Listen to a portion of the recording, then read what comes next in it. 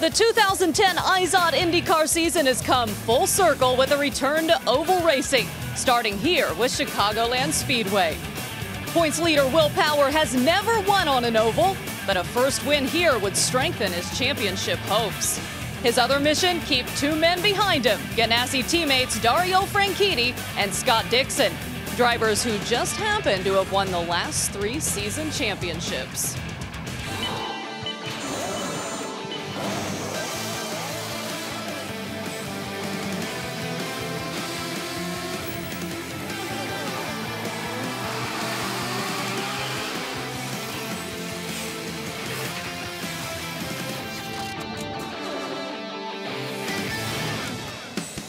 In a town known for the Bulls and the Bears, not to mention the latest Stanley Cup champion, Chicago has an insatiable appetite for sports.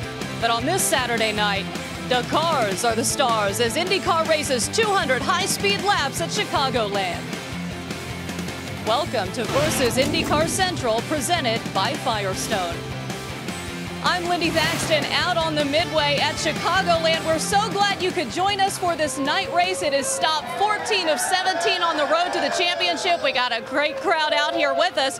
We are on the path to 4 straight ovals. We crowned our road and street course champion last week at Sonoma, Will Power. He has a pretty strong lead in the overall point standings as well. He's really known, though, as a road course specialist. He won 5 of the 9. He's never won on an oval. But at our last oval race at Iowa, he equaled his best ever finish, and that was 5th. So now we get to watch him race with the drivers who have better oval histories than he does. It's been 2 months since we've been on an oval. We had 4 winners in those 4 oval races. Scott Dixon will dominate again this afternoon in Kansas. Last 168 laps belong to that number 9 machine. The twin checkers are out, and Scott Dixon has won for the 2nd straight year at Kansas Speedway. The 94th running of the greatest spectacle in racing. Dario Franchitti has been the man almost since the drop of the green flag. Can he make it 2.5 more miles? And Weldon, can he close? Yellow, yellow, yellow, back it down. Dario Franchitti is a 2-time winner of the Indianapolis 500-mile race. Hey, baby, checker flag. Here's the battle. Danica Patrick on the low side. Ryan Briscoe on the high side. They almost touch. Briscoe will nose in front. Just 21 laps to go. Danica Patrick is pedaling as hard as she can, but it's not going to be to much avail. Briscoe started from pole and wasn't denied. Ryan Briscoe wins for the first time this year. Tony Kanaan, we're from 15th place up to 7th. Now he's in 3rd. 10 laps to go, and Tony Kanaan has taken the lead. The 3 races that he has been here, he crashed out, but not today. Tony Kanaan wins the Iowa Corn Indy 250. Scott Dixon has a small lead over teammate Dario Franchitti in the A.J. Foyt Trophy standings, given to the top oval racer of the season. Ryan Briscoe and Tony Kanaan are also in reach of that title. And as you can see, Will Power is in 8th place, 49 oval points behind Dixon. Jack Root is standing by with Scott. Yeah, and before we talk about that slim lead in the A.J. Foyt Trophy and the chase for the championship, you didn't qualify the way we all expected and the way you expected yesterday. What happened? It was definitely a shock for Team Target. You know, the number 9 car had been extremely fast in all the sessions, I think, in the top 5 at least. So, yeah, we rolled out and just didn't really find the speed. You know, we geared long because we thought it would speed up, and obviously we just couldn't pull that gear and ended up 15th. So we got a little bit of work, but we changed everything on the car: engine, gearbox, suspension, everything. So I got to put out a big thank you to the team for working so hard and getting that happen. All right, let's talk about that mid-pack start. What are you going to have to do to get to the lead pack, or is it going to be a lead pack that includes you at the drop of the green? I don't know. You know, it's going to be it's one of those things. It's a moving target. You know, there's going to be a lot of cars doing strange things and a lot of new people out there too. So for me, it's just to try and keep it clean. Obviously, you need to be in the lead at the end of the race, not in the first 5 laps. So we'll try and move forward as quick as possible, but we're looking for a good result here. Will you be able to maybe team up with a non-teammate like Tony Kanaan and be able to work your way to the front? Tony and I have spoke already about how we can get there. He's starting 13th right in front of me, so I was like, open the doors for me, man. Do you trust him? I don't know, actually. I don't know, but I'll trust him probably for the first few laps and see what happens. But, you know, TK is definitely, good on these starts and starting the mid-pack and getting to the front, so I'll be looking out for that. Dixie, let's talk a little bit about your record here, because it is incredible, and I know the old cliche, always a bride, never a bridesmaid. You have been a runner-up not once, not twice, 3, 4, 5 times you've been runner-up. What is it going to take for you to finally be the bride? Well, you know, I did win here, I think. Was it last year or the year before? 2008, I think. But then they took it away from me in Winner's Circle, which I thought was pretty bad. You know, and that was Alio that beat me there. So, you know, I've been in Winner's Circle, but it was only for about 4 minutes, and then they took the trophy back off me. But hopefully we can do it for real tonight. And, you know, I think the team behind us tonight is going to definitely have the job to do it. Hey, Lindy, in this chase for the championship, this guy could be the spoiler. Yeah, good stuff there, Jack. Thank you. And tonight's race features 29 cars, the second most in IndyCar history, after 31 cars started Las Vegas back in 1997. And in the field are a record 5 women. Simona Di Silvestro starts 27th, Milka Duno 26th, Sarah Fisher 25th, Anna Beatrice 22nd, and Danica Patrick starting highest in 12th position, and she's standing by with Robbie. And always the most crowded area in the pits. Danica Patrick's the number 7, starting in 12th today. Our former pole winner here, but that didn't happen yesterday.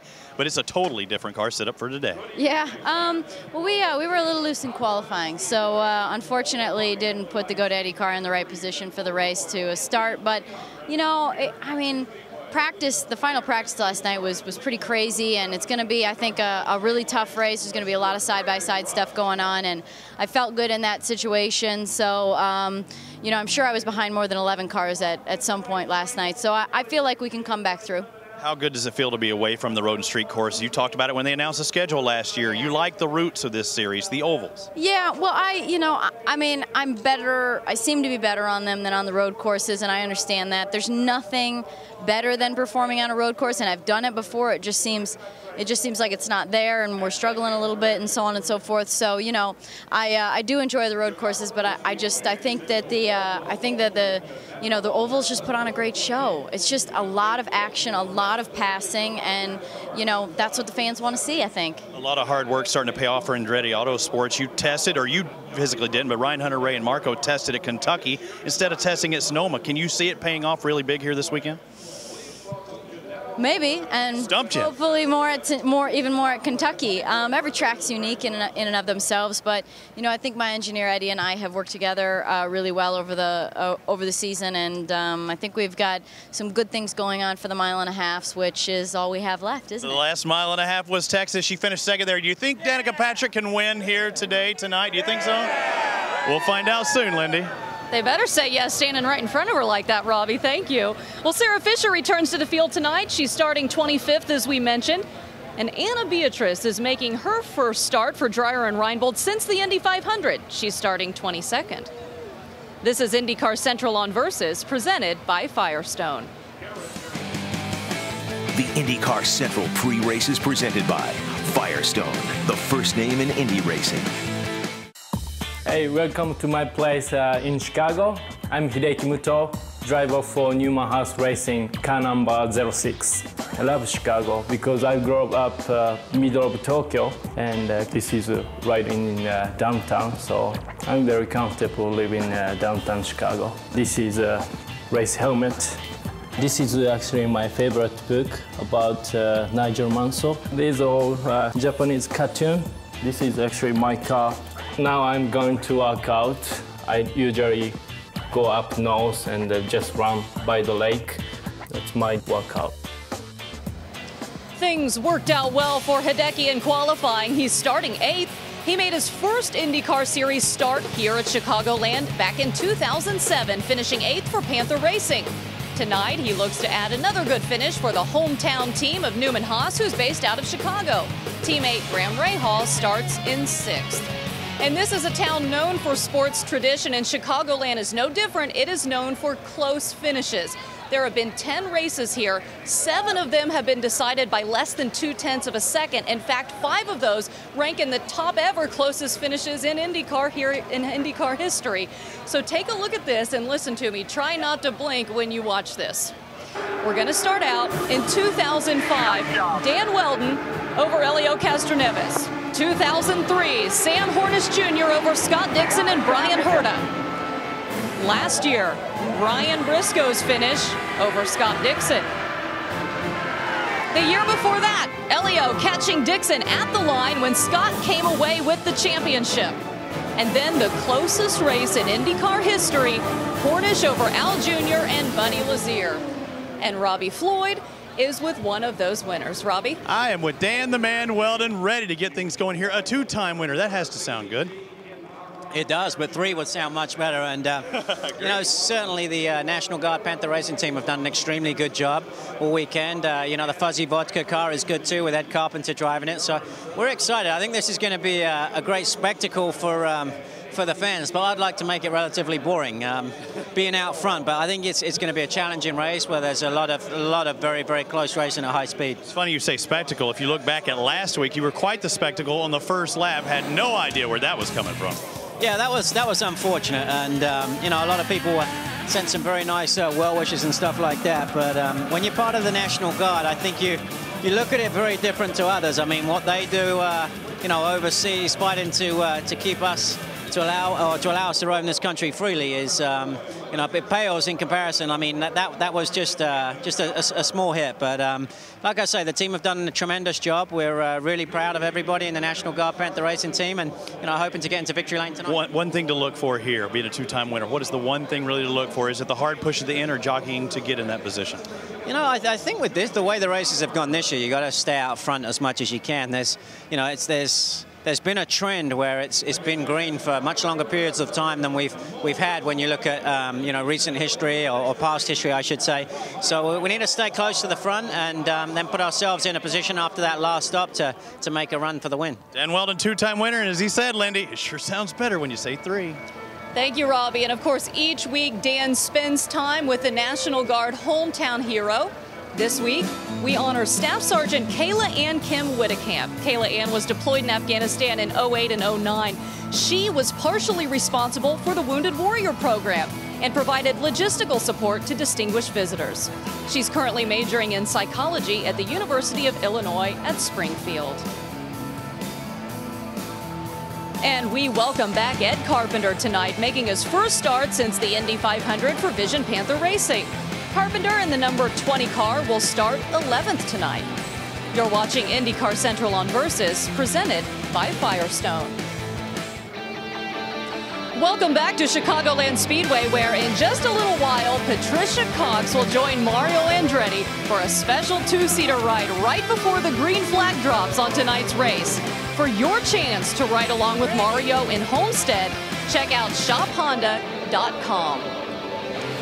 Sonoma is the latest chapter in the incredible story of Will Power. You'll remember a year ago he had the terrible crash there during practice, nearly ended his career. A year later, he not only goes back and wins, he also wins the Mario Andretti Trophy for the most road and street points in 2010.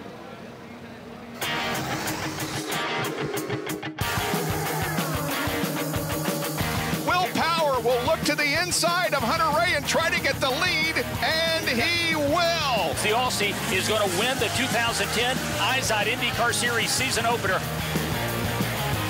He will open the 2010 season with back-to-back victories. The Aussie Will Power. Team Penske desperately wanted a win at the Glen. It looks like it will be Will Power delivering this afternoon. Will Power, how good has this guy been this year?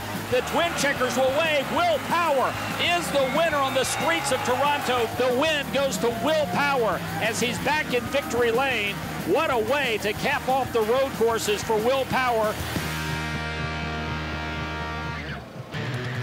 With the win in Sonoma, Power increased his overall points lead over Dario Franchitti to 59 points. Only one other driver is within 100 points of Will, and that's Dario's Ganassi teammate Scott Dixon, who is 95 behind Power. Now, a 59-point lead with 4 races to go is a sizable one, but taking into account how IndyCar set up the 2010 schedule, it could lead to a pretty intriguing finish. We started with 4 road and street courses. Will won 2 of those, and then we switched to 4 ovals, where his top finish was 5. We just finished 5 more road and street courses, where Power won 3 of those. So now let's take a look at how points are awarded at an IndyCar race.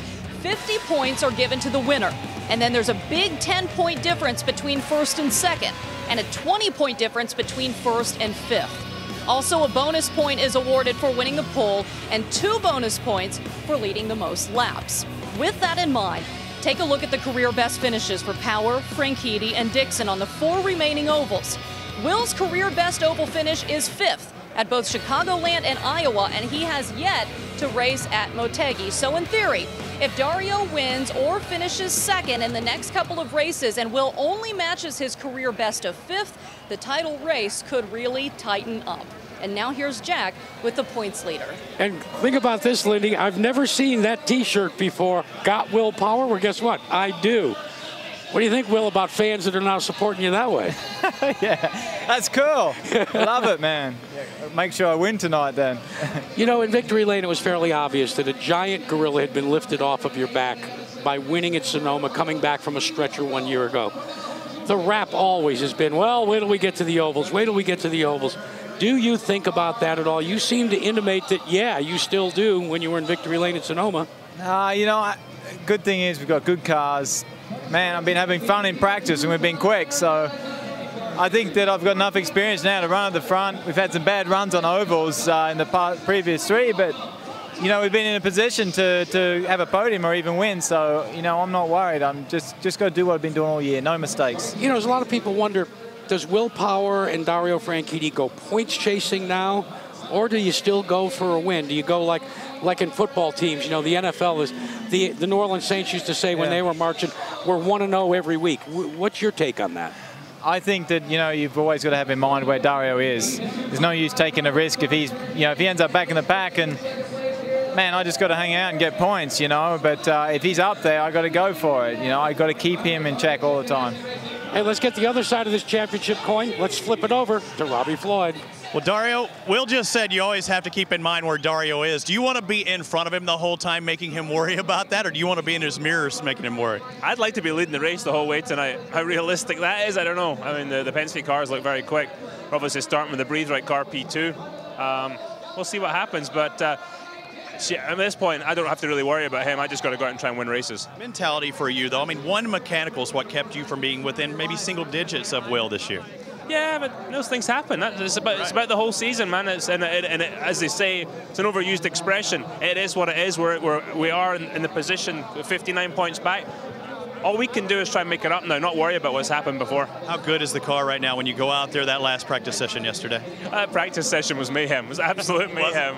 But again, the car feels not too bad. The Target boys have been good in the pits, so if we do a good team job tonight, we'll see what happens. Do you push it as hard as maybe you normally would, even during those practice sessions, or even during the race here? You have to push it during the race, don't you? During the race and during practice, 2 totally different things. You know, during practice last night, I just got out of some crazy situations. People 3 wide and wheel banging.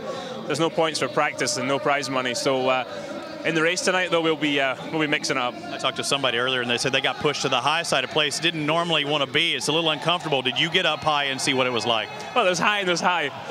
2 highs, okay. 3 high, a little uncomfortable. 4 high, you're starting to worry about things. All right, he's the winner here in 2007, hoping for a repeat, and he's in the Breathe Right car. And you can say he's always wearing those Breathe Rights. Yes, he is. Thank you, Robbie. Earlier today, the Firestone Indy Lights returned to oval racing as well. It's the start of 3 consecutives for them. Martin Plowman was on pole position. Watch this, though, on lap 6. Charlie Kimball flips off of Gustavo Jacomann's car. Scary moment for sure. Fortunately, both drivers are okay. Martin Plowman leads. You see Pippa Mann right behind him. Her front wing cuts his tire. She then takes the lead for quite some time. In the end, though, James Hinchcliffe wins by 0.0159 seconds. Pippa Mann comes in second, and that is her best career finish so far. Philip Major rounds out the top 3. Now take a look at our Mazda Road to Indy update. And Firestone Indy Lights, J.K. Bernays still leads the point standings there. James Hinchcliffe 53 points behind. In Star Mazda, Connor Daly got his 7th win today. He now clinches the championship. And in USF 2000, Sage Karam, 285 points in first place. Patrick McKenna down 55. Ryan Briscoe has 3 wins on mile-and-a-half ovals, including his win at Chicagoland last year. You'll meet the man from down under next when IndyCar Central, presented by Firestone, returns on Versus. Welcome back to IndyCar Central, presented by Firestone. We're about 25 minutes from the start of tonight's race. Like Indianapolis, Charlotte, North Carolina is a racing town. It's home to most NASCAR teams, including Team Penske. Its NASCAR and IndyCar teams share a shop there. Ryan Briscoe is one of 3 IndyCar drivers for Team Penske. He lives in Charlotte with his wife, Nicole. She's a host of a NASCAR TV series. They married last December and they are pretty busy, but they found some time for us to visit. Morning. Heading into Penske. Let's take a look. This is the IndyCar section where all my guys do all the work between races and everything. This is where it happens. Let's say hi to my boys. This is where my cars get worked on. Jamie. What's up? Fellow Aussie from Tasmania. We ready to go this weekend? Yep. Looks like it's all cleaned up. Gary's also known as Meat. You can tell by his size. But he used to do a right rear change on my car last year. Ready to go racing this weekend? Yep. Good? You? Good, man. Yeah, I'm ready. I'm always ready. All right, looks like the car's ready to go racing with, so I'm going to go do a little bit of fitness, make sure I'm ready and strong for this weekend's race. So let's head to the Penske Jam.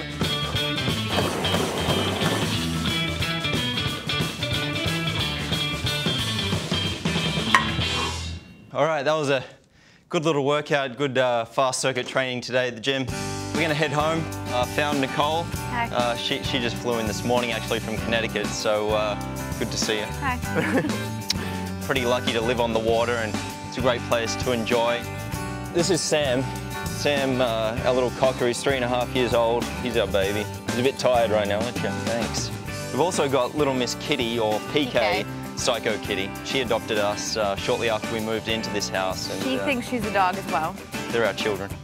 There are some challenges being married to Nicole. She's very critical of my interviews at times. Have you noticed how squirmy he is during interviews? Come on, see, this is what I'm talking about here. He's twitchy. I'm in the groove, man. Okay, all right, continue on. She travels a lot, you know, obviously for work, and a lot more than I do. So, you know, we don't see each other all the time, but you know, Nicole puts in a lot of effort, comes to a lot of my races when she gets the weekend off. I think it's healthy though, you know. That could sound Makes wrong. you cherish the time together a little bit more, right? Aw, schmoopies. Being from Australia, that's always going to be home, and there are times where I miss it, but I really feel at home here. I really do suggest that everyone should marry an Australian, because I mean, you get to go there for a vacation and visit family, because it's obligatory. So you're using me? Kind of, no. Family is there, so we have to go. It's not the worst place to have to go. Well, since we've been teasing you here, looking at the water down here, and it's turning into such a beautiful day, let's head down there and we'll head out on the boat and have a bit of fun.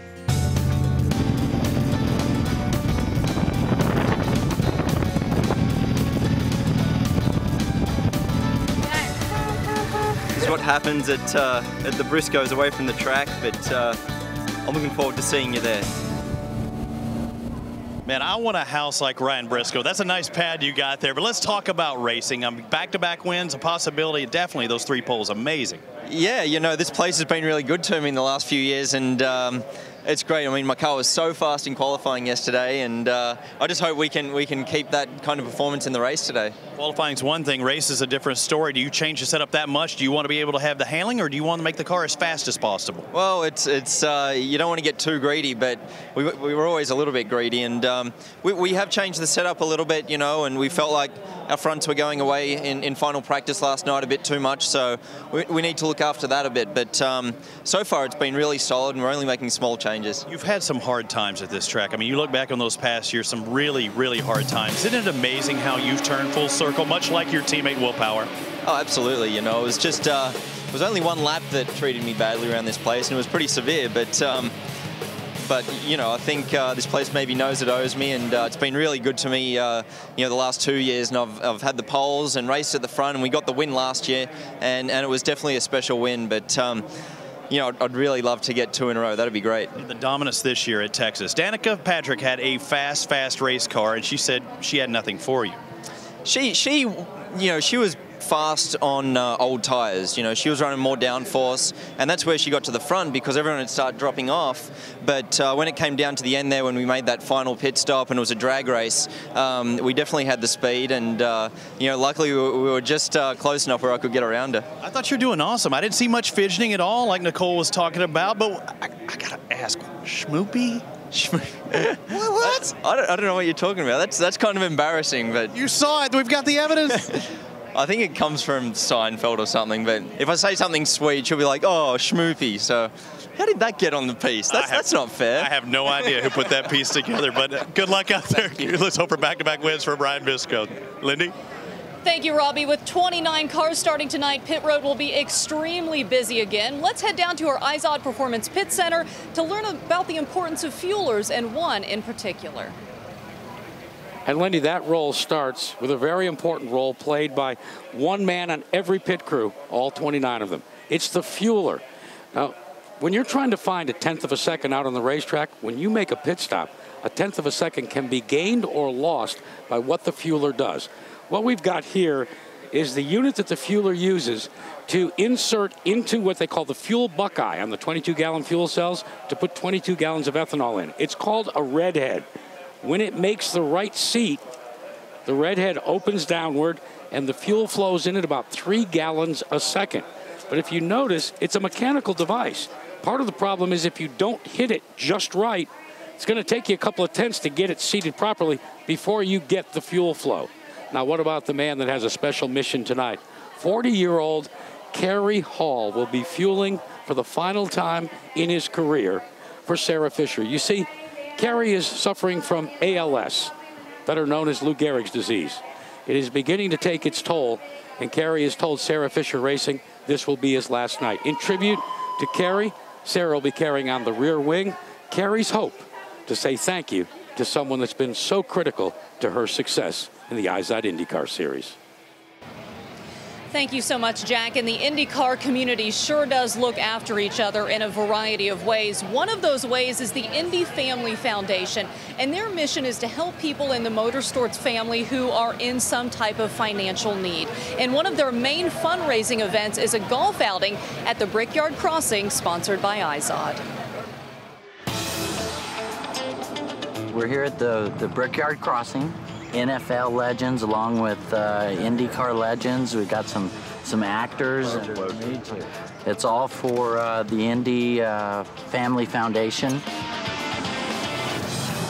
It couldn't be any better than this. I mean, you're with great people. It's the Indy 500. The sun's shining. You know, you get out there and you got a great group of guys for a great cause. You know, we're so blessed and so fortunate. You know, you got to give back. And moments ago, Mike Kelly, Executive Vice President of Marketing for Philip Van Heusen, presented a check for $150,000 on behalf of IZOD to the Indy Family Foundation. The donation is from proceeds of the IZOD IndyCar Series Celebrity Golf Tournament and was accepted on behalf of the Indy Family Foundation by Heather Carpenter, Ed's wife. IndyCar Central on Versus, presented by Firestone, continues after this.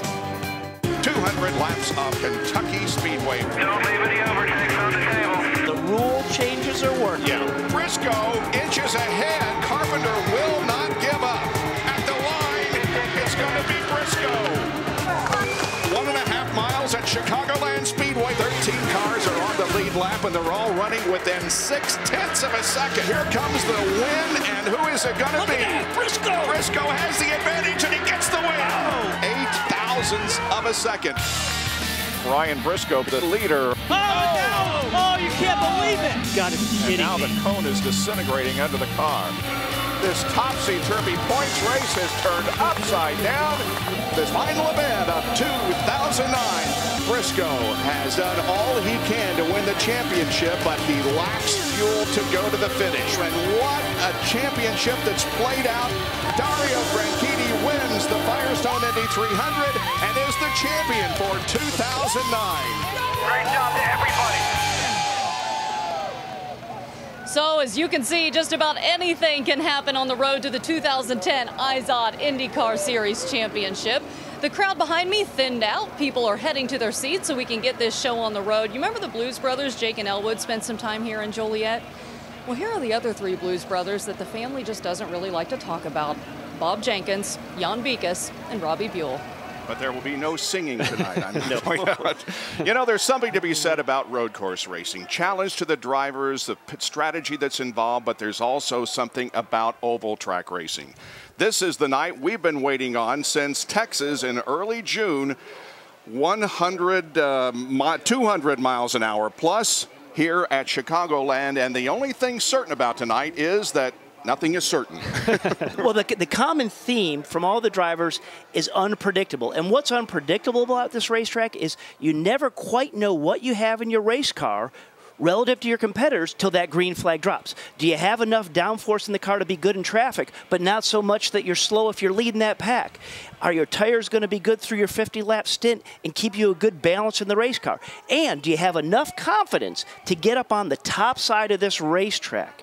This track has a lot of grip, and there are three groups, but you got to have enough confidence in yourself and your race car to get up on the top side of this racetrack. And Robbie, you mentioned downforce level, and in the final practice last night, there was not a consensus, even amongst teammates, of what downforce level do I run. If you're light, you can run at the front on downforce, but as soon as you slide to the back, you're in trouble. If you run heavy, the car is nice and comfortable, but can you get to the front? So for Penske, they had two cars light, one car, Ryan Briscoe, running some downforce. Andretti Autosport, all three cars with downforce. Marco Andretti didn't have it, liked running light. If it stays that way, that is a recipe for some great racing. And Lindy has already pointed out, Jan, we have 29 cars out there. It's going to be busy all night long. It's going to get your attention. We've talked for a long time, like you said, Bob. 29 cars at Chicagoland. Look out. Yeah. And Marco Andretti, thinking that he doesn't need an extra downforce in this car, for the guy that likes going way upstairs here, it's going to be exciting. It sure is. We can't wait till the green flag comes out. Thanks for joining us on IndyCar Central on Versus, presented by Firestone. If there's something you need to do before the start of this race, get it done, because when we come back, we'll have the command. The stage is set. It's Saturday night just outside Chicago, and the Eyes on IndyCar Series rolls into town and back onto an oval track. Series points leader Will Power has taken the trophy home 5 of 9 times on road courses this season, bringing him to a healthy lead for the championship. The win goes to Will Power. But Power has never reached victory lane on an oval track, and chasing him down are the last 2 series champions and teammates, who between them have won 28 times on ovals, including 1 each this season. Indianapolis 500-mile race. The oval stretch and the championship countdown begins in Chicago tonight, where you can win or lose a race in less than the blink of an eye. It's going to be Briscoe. Dario Franchitti and Scott Dixon dared to deliver their final 4-race punch and give this year's road warrior Will Power a run for his money toward the championship.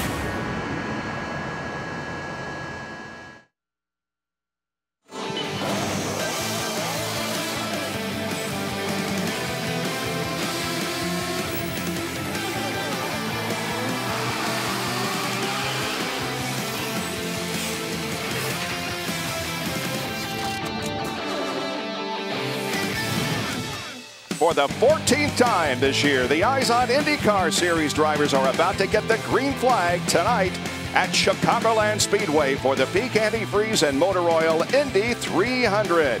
Not since Las Vegas has there been so many cars in the field outside of the Indianapolis 500. 29 ready to race 200 laps, 300 miles at this always competitive mile-and-a-half oval.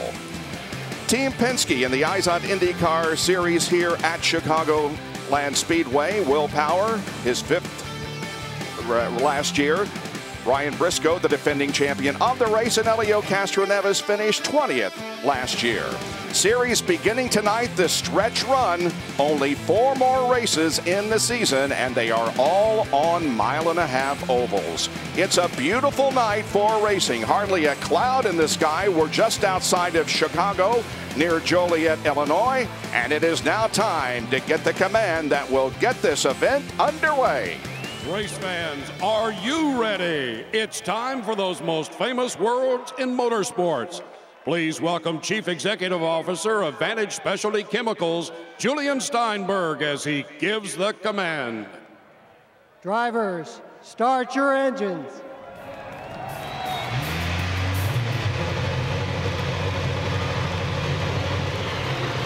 Well, the cars come to life and will momentarily be moving away from pit lane for 2 warm-up laps before getting the green flag and the start of tonight's race. Yesterday here at Chicagoland Speedway, qualifying was held, and Will Power's string of 3 straight peak pole positions was broken. And it was broken by Ryan Briscoe, who toured the track at a 2-lap average of 216.346 miles an hour. It was Briscoe's 3rd pole of the year, his 3rd straight here, and he becomes only the 4th person in series history that has happened. As was the case at Infineon Raceway last weekend, Mario Andretti is at the front of the field with the Izod 2-seater. And his passenger in the car this week is the winner of the Honda sweepstakes. She is Patricia Cox from Melbourne, Florida. And the car begins to move away. What an incredible thrill this must be. Patricia, Bob Jenkins up in the Versus booth. Can you hear me?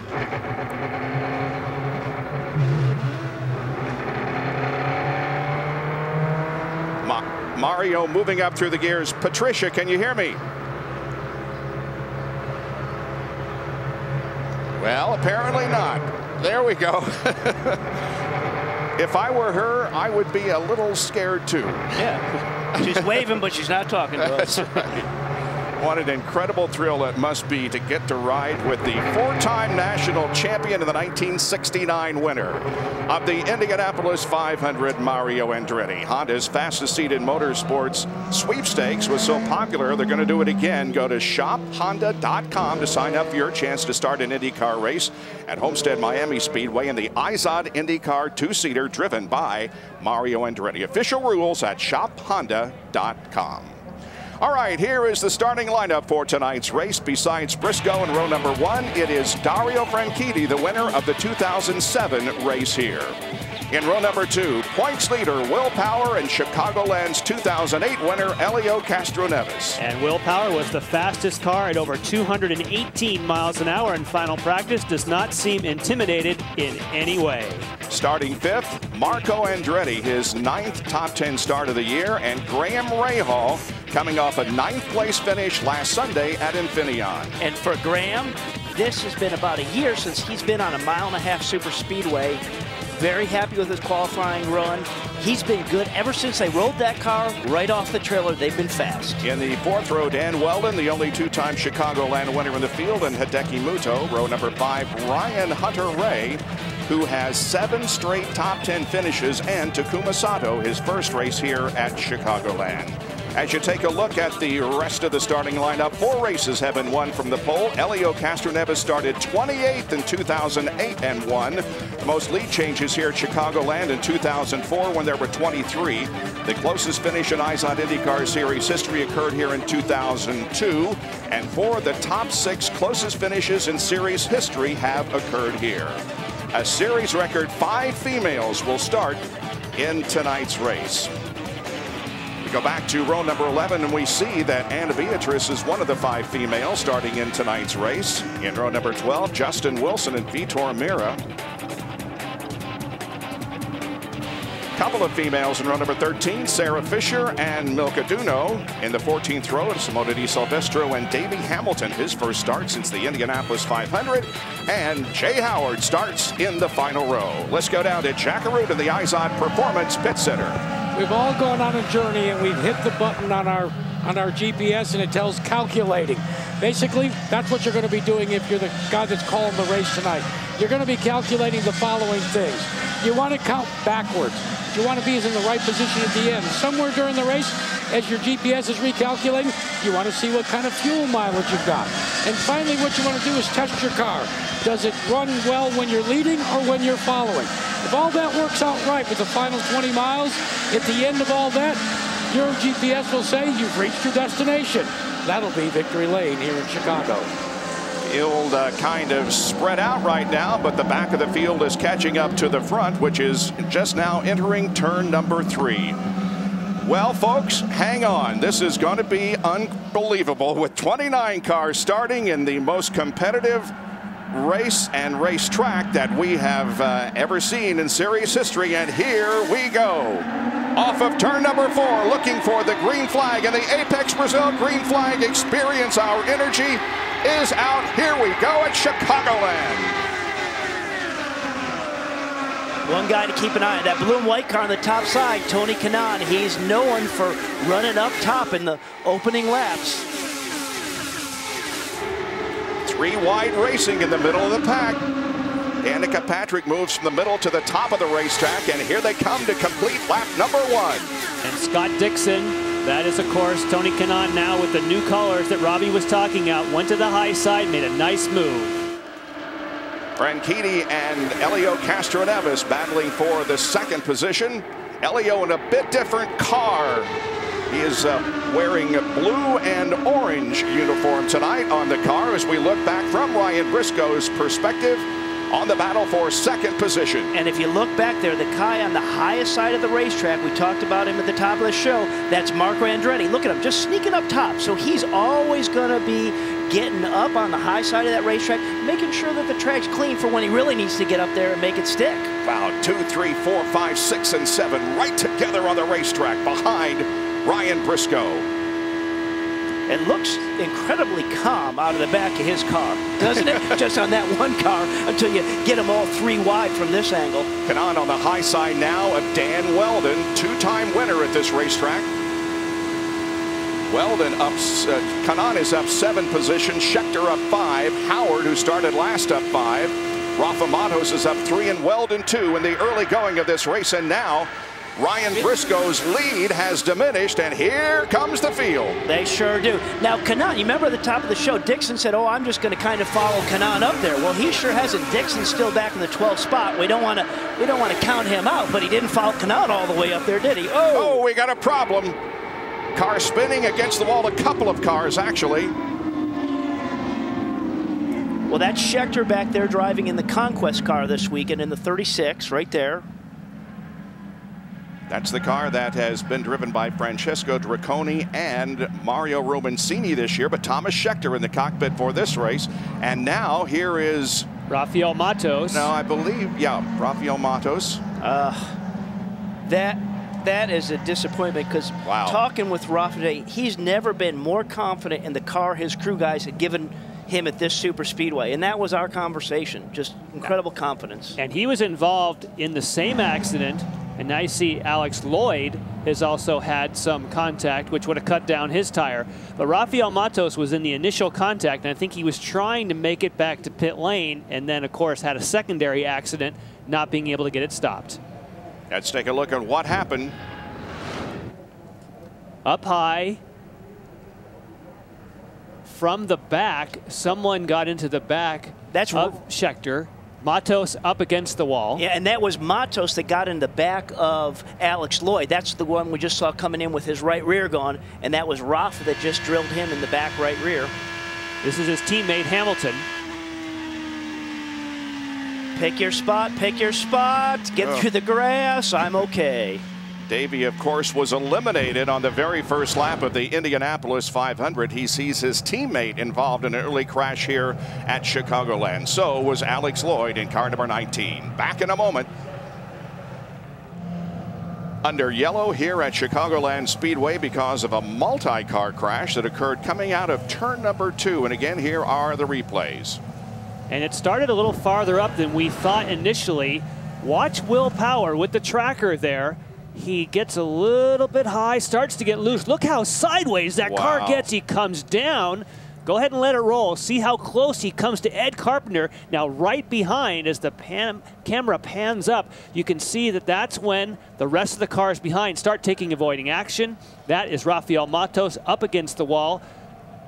And he went a long way till that car finally came to a stop. And of course, Scheckter here. But Robbie, here was the initial contact behind. And the big sideways for Will Power seeing that is then the crowd. So there's Scheckter. Look at Scheckter just spinning. He ends up at the wall. Then to the right, there's Alex Lloyd with Rafa. Rafa gets the worst of that deal, right off the right side of the car, and he's done for the day.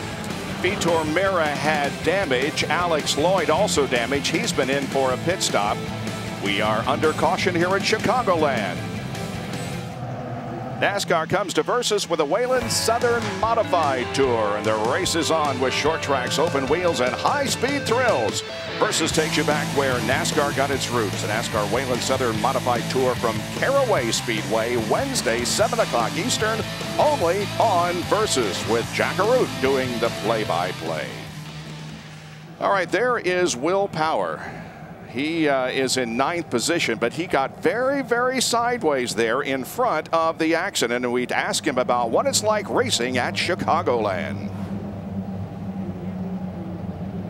Chicago is one of the highest placings I had actually in IndyCar in 2008, and it's a great track for racing because you can run 3 wide, and it's always, man, I mean, it's always really close there.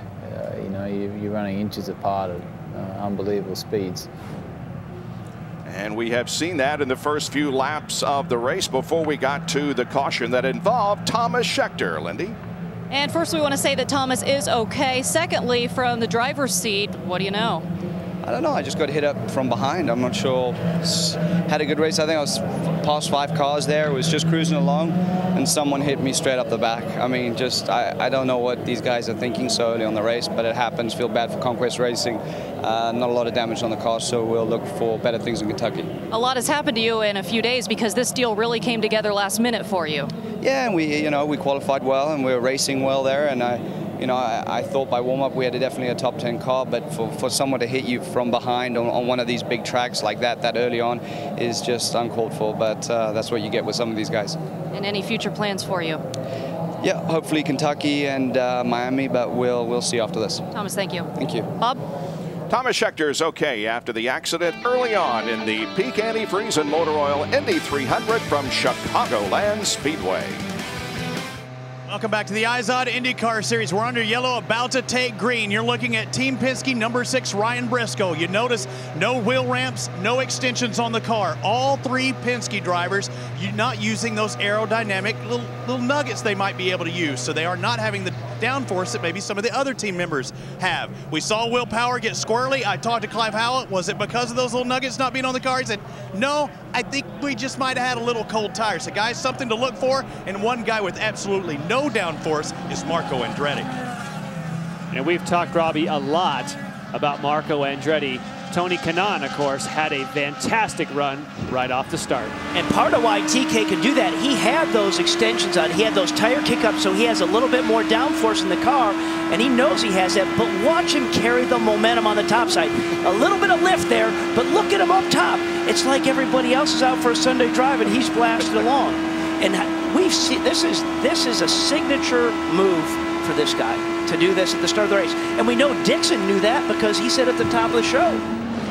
He gained 7 positions, and Tony Kanaan is now running in 6th position. Jay Howard has actually gained the most positions since the drop of the green flag. He is up 10 as the field now begins to accelerate, come off corner number 4, and look for the Apex Brazil restart. And here we go once again. Sure looked like a lot of people were changing position there well before the green. I think race control is going to be trying to sort that one out. Yeah, but on that break, Marco Andretti was on the overtake, the push to pass. It gave him the boost to try and challenge Briscoe for the lead. And he is dropping into 2nd position through turns 3 and 4. So Marco Andretti now runs 2nd. Let's see if he tries to challenge for the lead. Held by Ryan Briscoe. This is the 8th race that Ryan has led this season, his 4th time in 5 oval races. And Bob, the way that Ryan Briscoe was able to foil that attempt by Andretti, hit the overtake himself. He did it to try and get that lead back, and it was successful. A little defensive move. And we heard Robbie talk about the tire ramps and kickups that give you that little extra nugget of downforce, he said. These two guys right here, Briscoe and Andretti, neither of them have it, so it may make it a little tougher for Marco to get up on that high side, but you know these guys are fast. Look at Marco's car just move around on the seams of the racetrack there. Very violent, really. We have several of the girls. In fact, all 5 of the girls are running right together. Danica's leading Anna Beatrice. Then we have Sarah Fisher, Milka Duno, and Simona Di Silvestro. And Jay Howard is there, too.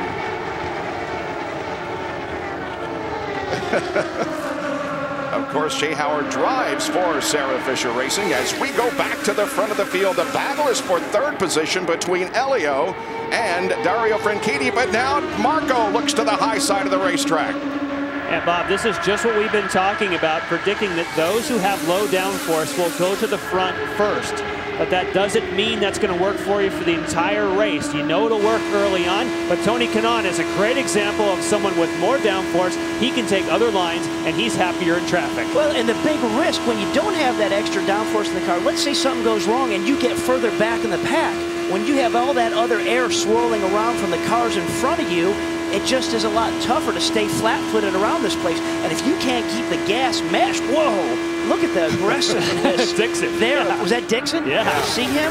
Dixon is he's on the move. He's up to 7th position now. But you have to mash the gas around here, and you have to have a car to keep that momentum to run high, low, in the middle. You don't want to get off the gas because it will kill the momentum. And that's why the grip and having that extra downforce is a good thing. He goes right by Tony Kanaan on the low side. Yep. Scott Dixon started this race in 15th position. That is his worst start since 2005. But it doesn't look like it was a bad qualifying effort right now. He is on the move, and we have 3 wide racing once again. How about that? Oh, look at Dixon go to the high side, man. And that in that Fuzzy's car, that's Ed Carpenter, who we haven't seen since May, doing a fantastic job. Boy, he loves mile-and-a-half racetracks. And hats off to Ed Carpenter. Remember, he was the one that was right next to Will Power when Will Power got sideways. Yep. He came down and almost clocked him, but he kept his cool, and now he's right up front. Do you think there's 2 different approaches between Dixon and Kanaan? We saw what Kanaan did in the first lap. Now Dixon's come back by Kanaan. He's just kind of eased his way up the racetrack versus ran there in the first lap. He just lost momentum now. I think that Tony Kanaan's going to get back by Dixon.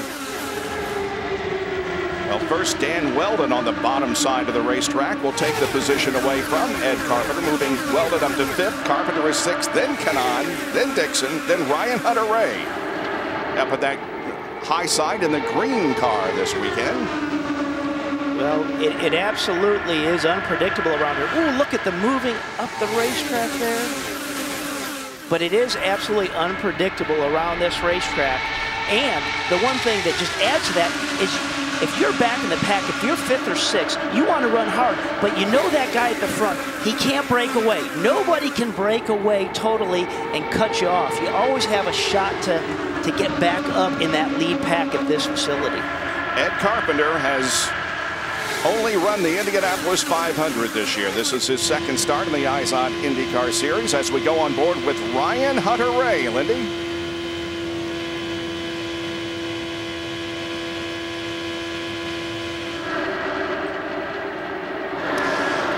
Well, Bob, Ed Carpenter says with this big car count, the crowded pit lane, this is stuff that he thinks is really cool. He says it's a tough field, but if you play your cards right and do your job, which clearly is what he's doing, he says, I think we have a good enough car to expect a top 5, and he says, I think we can contend for the win.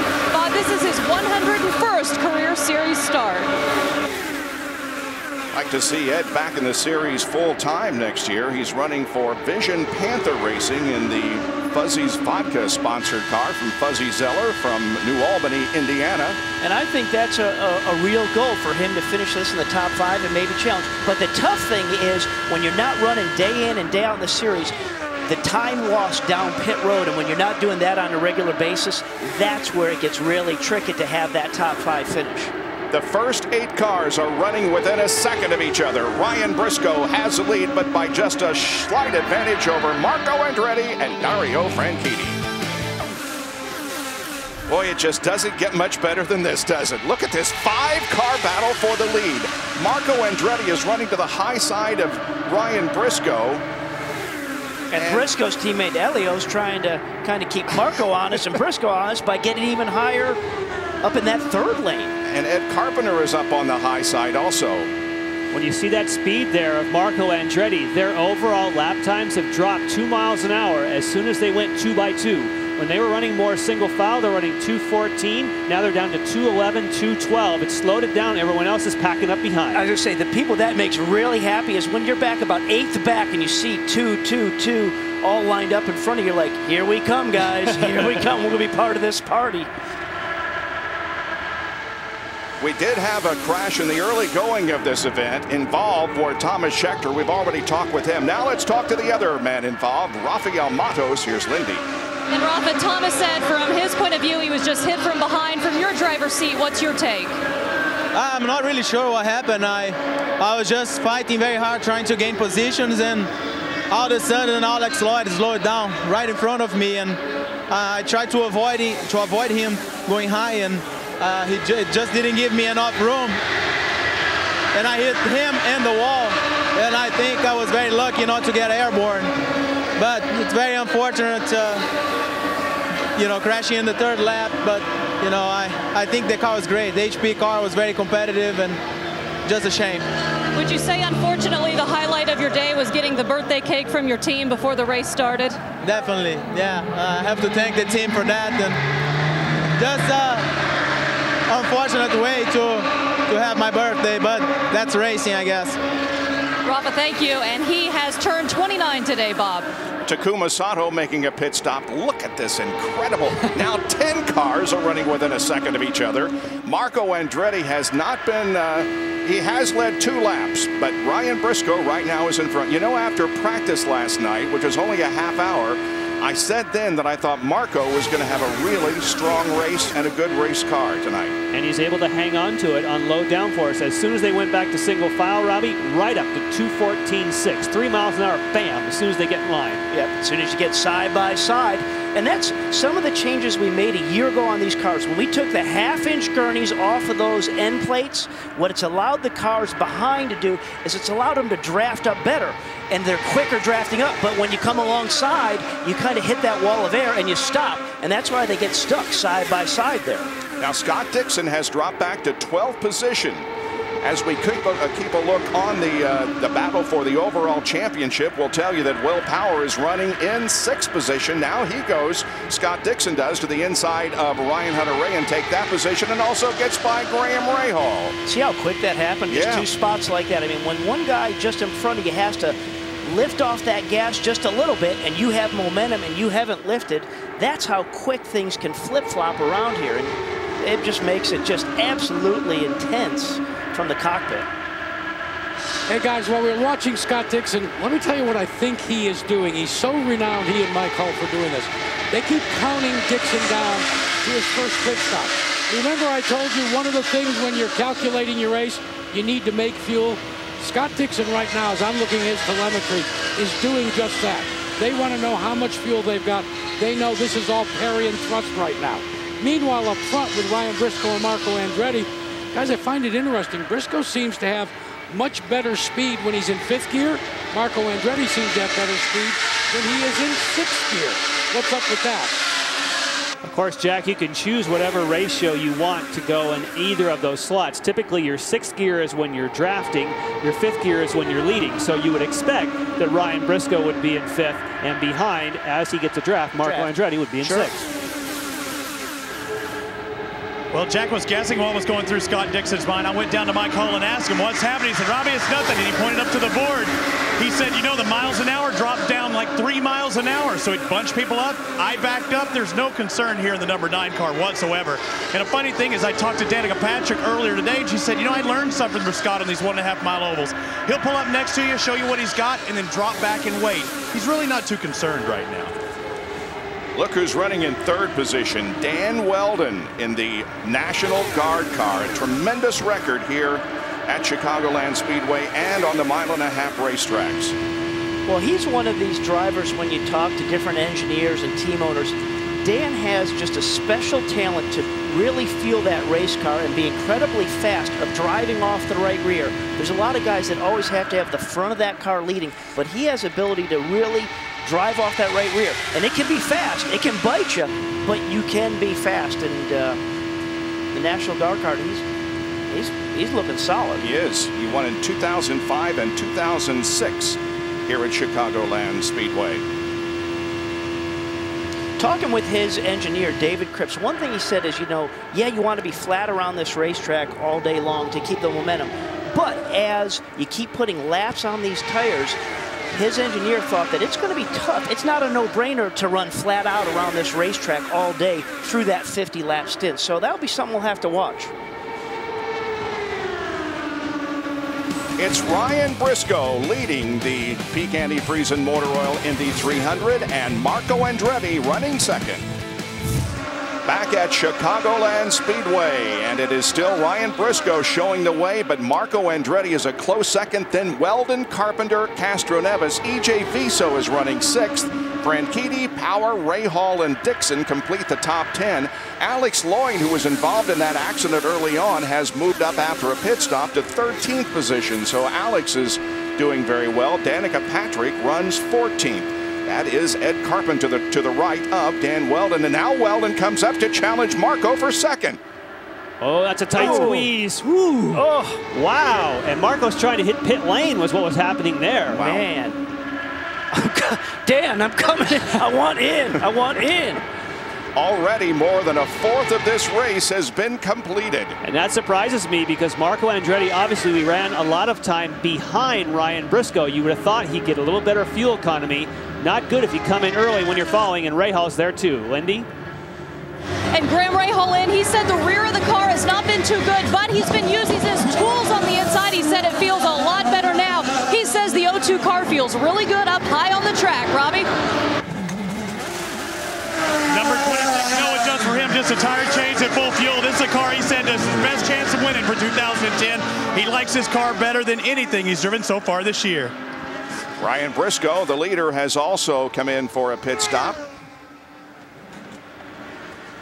And the two teammates, Weldon and Carpenter, still out there. Did not have to stop, as well as Castro Neves and Franchitti. And a huge challenge at this racetrack, when you come into pit road under green conditions, like you come off of turn 3 and you get down to the flat and it's almost off camber, but you need to challenge that flat, and it's really hard. I mean, if you give up a second there, we know what that can cost you on the racetrack.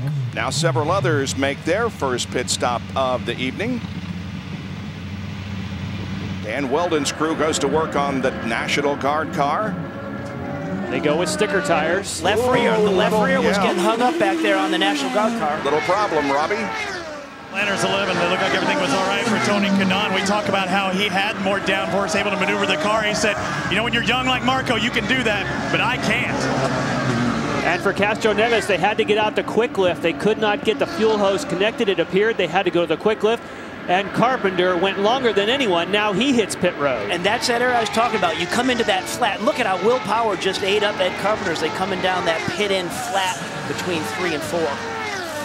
Ryan Hunter-Reay moves back out onto the racetrack. Green flag pit stops taking place. Ed Carpenter's crew. And here comes Will Power. Down to the attention of the Verizon Team Penske crew. Of course, Jackaroo told us how important fueling is, and that made the huge difference for his teammate, Castro Neves. Nice and smooth for Will Power. 8.8 seconds, and Will Power is back on the racetrack as Alex Lloyd now has taken over the lead. Remember, he did pit. Alex Tagliani gets credit for leading a lap. Briscoe, Andretti, Carpenter, Tagliani, and Lloyd have all led here during this sequence of pit stops. There were quite a few people that ducked in on lap number 9. And one of those was Tagliani. Lloyd. And Lloyd, yes. Yeah. So there is Alex Lloyd as Justin Wilson comes in for his first scheduled pit stop. Another one who pitted on lap 9. So we have a couple different sequences of those who pitted early. Davey Hamilton has moved to second position. Here comes Sarah Fisher down pit lane. She is getting back into the race. Sarah will also be at Kentucky Speedway next Saturday night here on Versus. And now Lloyd drops down to the apron of the track, and he will relinquish the lead. Simona Di Silvestro in for a stop, and now Davey Hamilton also will enter pit lane. 60 mile an hour right there at those yellow Sunoco cones. And he has the very first pit, and that oftentimes when you're coming off that warm-up lane, that can be a tricky spot to get into. Yeah, because he has to go slower than that 60 mile an hour point before you get to it so he can get in his box and stop.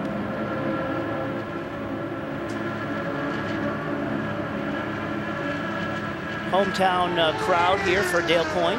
Now Vitor Meira led briefly because he last pitted on lap 13. So this is all kind of cycling through depending on when you stop and why early. Vitor got out of sequence is he was also involved in that incident earlier. We didn't really see where it was, but he banged up his left front wing. They came in and replaced that nose. Well, when all these pit stops are completed, Ryan Briscoe should be back at the top of the field with Andretti, Franchitti, Dixon, and Kanaan running behind him. It's still a very close battle out there on the racetrack as Marco Andretti has found Briscoe once again as they run first and second. Well, the pit stops are completed, and now we concentrate on more racing. But first, we'll take a break from Chicagoland Speedway. How important to be up front, or can you win from anywhere in this 29-car field? Ryan Briscoe and Dario Franchitti will lead the field to the green flag. Here we go at Chicagoland. 2 cars together. Oh, we got a problem. Green flag racing right now as Ryan Briscoe and Marco Andretti are running first and second. Dario Franchitti is third, and Alex Lloyd, who led for a time before he came in for his second pit stop, is now going to have to enter pit lane once again. These guys with about a 1 second advantage on the third place car of Dario Franchitti, then Dixon, Kanaan, Power, Hunter Ray, Carpenter, Ray Hall, and Viso. The big loser during that sequence of pit stops was Dan Weldon, who was 14th, and he's moved up now to 12th as once again Marco challenges Ryan. And Bob, we were watching that interval that you said was a second to Dario Franchitti. Not long ago, that was a 1.5 seconds. So the cars behind these two are closing in fast. Well, when you see Marco behind Briscoe there, you see him he's darting around. And what he's doing is, as he sneaks in right behind Briscoe, right there, so he's getting drafted and pulled along, and then he pops up.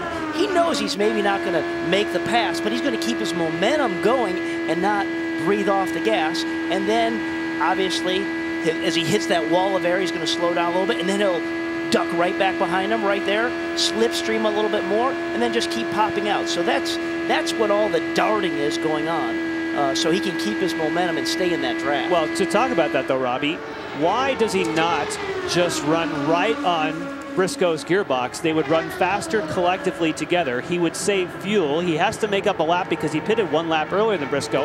I would ride right on his gearbox and try and work together, get clear, and then worry about Briscoe. Yeah, so what you're saying is stay right on his gearbox and just feather back on your throttle a little bit, save fuel, versus keeping that momentum and always popping up to the high side and not breathing out of the throttle. We'll see which technique he adopts. Well, look at there you talk. Dario's 2 car lengths back, followed by Dixon. We have had 7 leaders and 12 lead changes in the first 73 laps of this race. I think the answer to the question is that Marco Andretti knows if he can find any way to get past Briscoe, that is his shot. And somehow, because Briscoe is so fast and solid when he's leading on the bottom of the racetrack, I bet he thinks his only defense is, I've got to figure out a way to get by him, get ahead, and let him run in dirty air. And that sets up what Jack said is, you're setting up everything for that last stop. And what you want to do is you go into that last stint of this race. You want to know where you are strong relative to your competitors. And that's maybe what he's sizing up. Jack, you got more? Well, I want to take you back to that first set of green flag pit stops. You see Elio Castroneves running out there right now, but I want to go back to some of the mistakes or some of the things that you have to do when you're using a night race. This is Sean Hanran, and look at his left arm. You see the light there? The idea is to try and give Castroneves a place where he can do it. You notice Hanran was a little slow on that right front. The rear guy should be able to do it faster than should be doing it slower than Hanran. Now they had to go to the quick lift to get him back out so he could pull out. And he's being held because they have to restart the car. This is what was costing. You see where the fuel was going in? It took too long. Now look at Dan Weldon. He was running up front. Now watch Ryan Negrin on the back. When we make the shift, if we can pan the camera just a little bit, there you go. See how Negrin tries to use his chest to put it on the pins? It doesn't seat. Those are precious seconds tipping off, and at 216 miles an hour, hey, that's over a football field every second. And that little mistake there on pit lane, yeah, it added a couple extra seconds with him getting that left rear on, but Weldon came in the 3rd spot. He's now running 12th. Yep. And we have a caution on the racetrack. Yellow on the racetrack for the 2nd time. Don't see any particular problem out there. So if you're in a fuel save mode right now, as soon as it goes yellow, you want to get your car in top gear and then go to a constant throttle, something you're not moving up and down, so you can make fuel, as Jack always says, as part of that strategy. Anna Beatrice in the Dad's Root Beer car is on the apron of the racetrack. She's running in 17th position.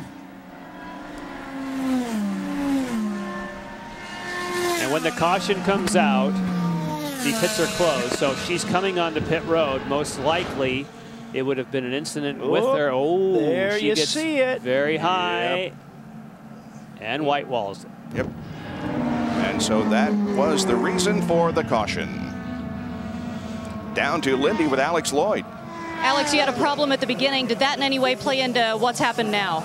No, I don't know what happened in the beginning. I think Schechter checked up, something happened to him, and we went right up and touched the back of him, and somebody hit the back of me, and they burst the right rear tire. So there was no damage after that. We changed tires, came back out, had to start last, obviously, but we came through the field really well, and we had a really fast race car, and you know, we led some laps then, and we were going really well. And it's just a shame for the Boy Scouts of America guys, because we had a car that was probably capable maybe of a top 5, certainly a top 10.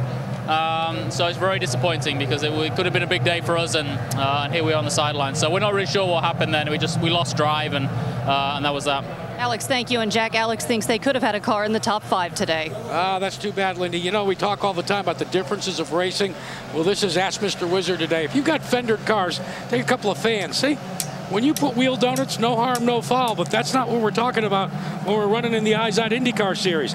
I've taken the shields off of these, so when these guys rub tires, you see what happens? You were rubbing the tires, okay? I actually... Don't cut yourself. Don't cut yourself. I know. I was a little worried about it, and I actually killed one of them already, guys. Be careful down there, Jack. You'll lose a finger. I know. Hey, but that's what open wheel racing's all about. When you're running this darn close, I'll tell you what, it takes your breath away.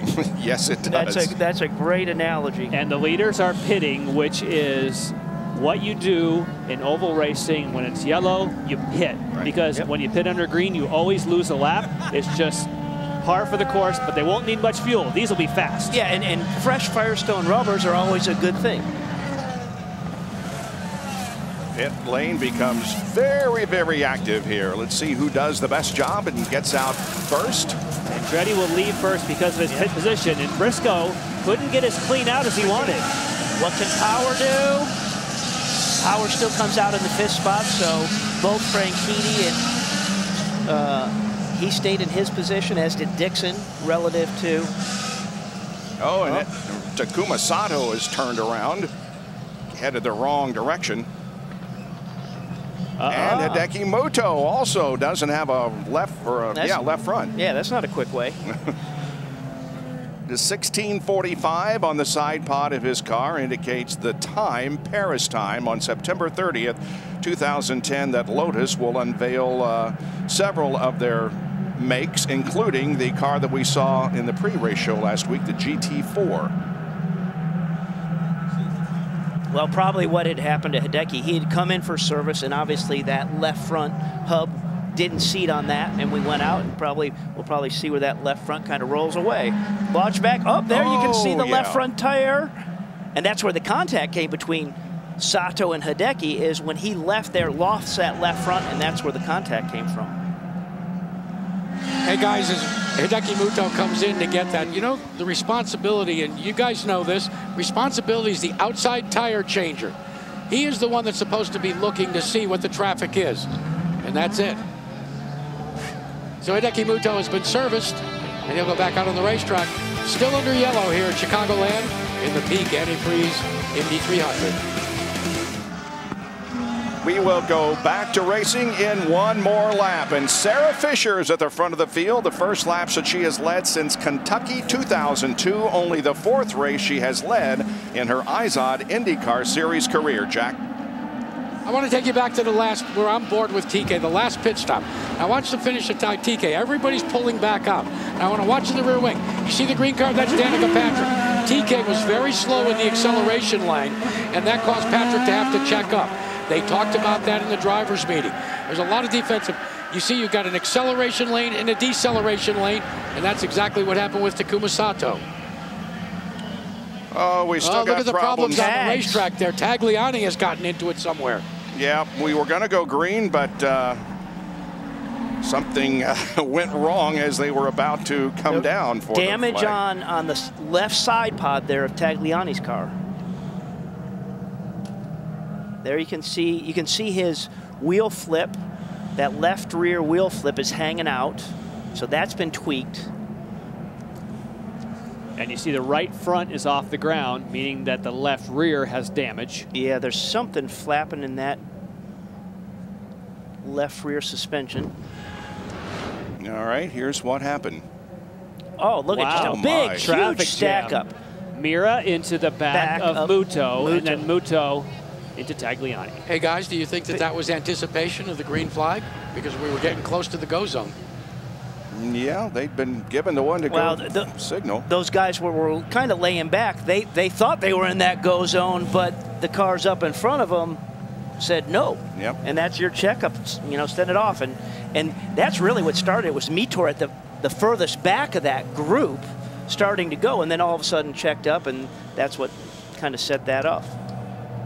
So they're assessing the damage on Tagliani's car. You can see the front wing on Vitor Mira's car for AJ Foyt Racing. Tagliani's only raced here at Chicagoland one time. He's getting out of the car. His race here was in 2008 when he finished in 12th position. Apparently will not be that good tonight. Vitor Mira gets his second nose wing set of the evening.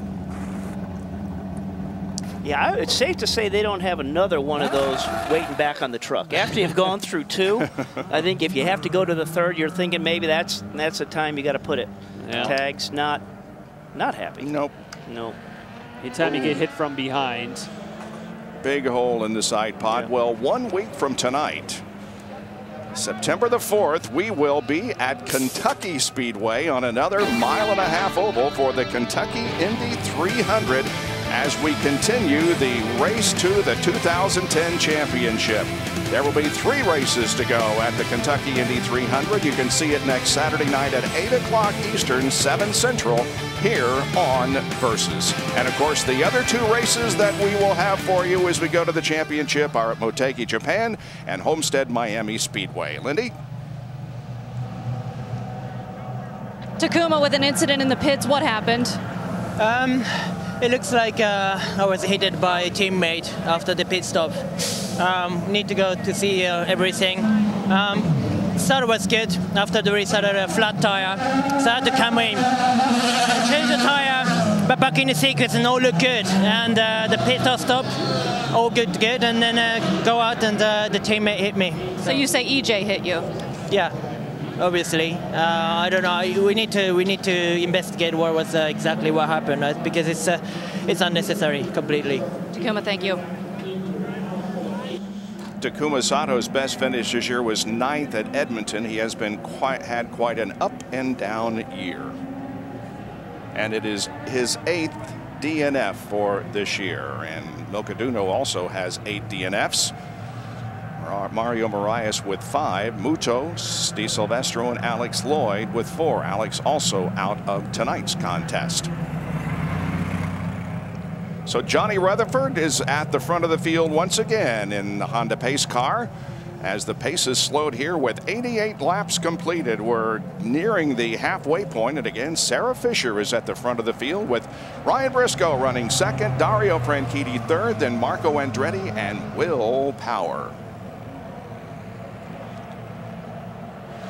Hey, Bob, let's check in with Al Spire. They got a chance. The Firestone people have been able to look at the tires. What's the wear factor? Well, yeah, Jack, we have engineers and technicians all up and down pit lane. So after that first pit stop, a wear check is very critical for us. These new Firestone Firehawks that we tested here in June are wearing exceptionally well. Some only 50% worn. So we get near the end of the race. I'm not sure anybody will double stint, but if it's just a few laps from the end, they can easily just take fuel and not change tires. You know what? Time to recalculate yet again, because that changes a little bit of strategy when you know that maybe if you have to go maybe a stint and a half, you don't have to change those tires, you can make it real quick. Saw Simona Di Silvestro get a new front end on her car, and now we get the 1 to go signal from Tom Hansing, who is the starter for tonight's race. Lindy? EJ, your teammate Takuma says you hit him here in the pits. What do you say? That doesn't make any sense to me. I'm not here to say who hit who. I just pulling out of my pits. I listen in the radio to stay inside. That's what I did, and it's one of those race incidents. I think he's also with cold tires. I'm just in the inside. I had nowhere to go. In the other side, I need to really congratulate these guys. I had a winner's car. I started 16th. I was running with the leaders. Car was amazing, and it's a freaking shame that stupid thing took this out of our hands. Bob, it'll have to be worked out between teammates. His best finish was on the shorter oval at Iowa. He finished in 3rd position, and now let's try to get this thing back underway again. There you see the oval finishes for Sarah Fisher. Wow, Ryan Hunter-Reay, you see him come flying down the low side again. People passing before the green. But he checked up. He came with some momentum, but then he stopped all of a sudden. It looked like a little bit. Race control tells Ryan Hunter-Reay to drop back. Yeah, so he had that run. He corrected and then you saw that, and I'm like, well, it looked like he stopped, and he was being told. He was being told he better stop. On board with TK, Tony Kanaan. He's running 8th. And Ryan Briscoe goes to the front once again, passing Sarah Fisher.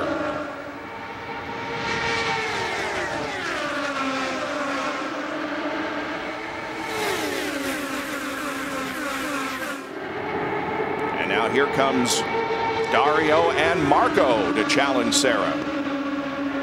Again, Marco's still cleaning that high side of the racetrack. And another guy that's always running high, as we look back to the kind of the cue as they come off turn 2 and off 4, is kind of that white car you'll pan back to, and that's Graham Rahal.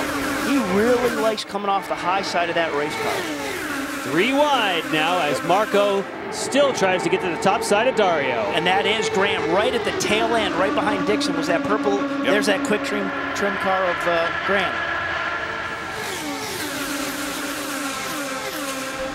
Saw in the pre-race show about one of Sarah's crew members, Kerry Hall. This is his last race, suffering from Lou Gehrig's disease.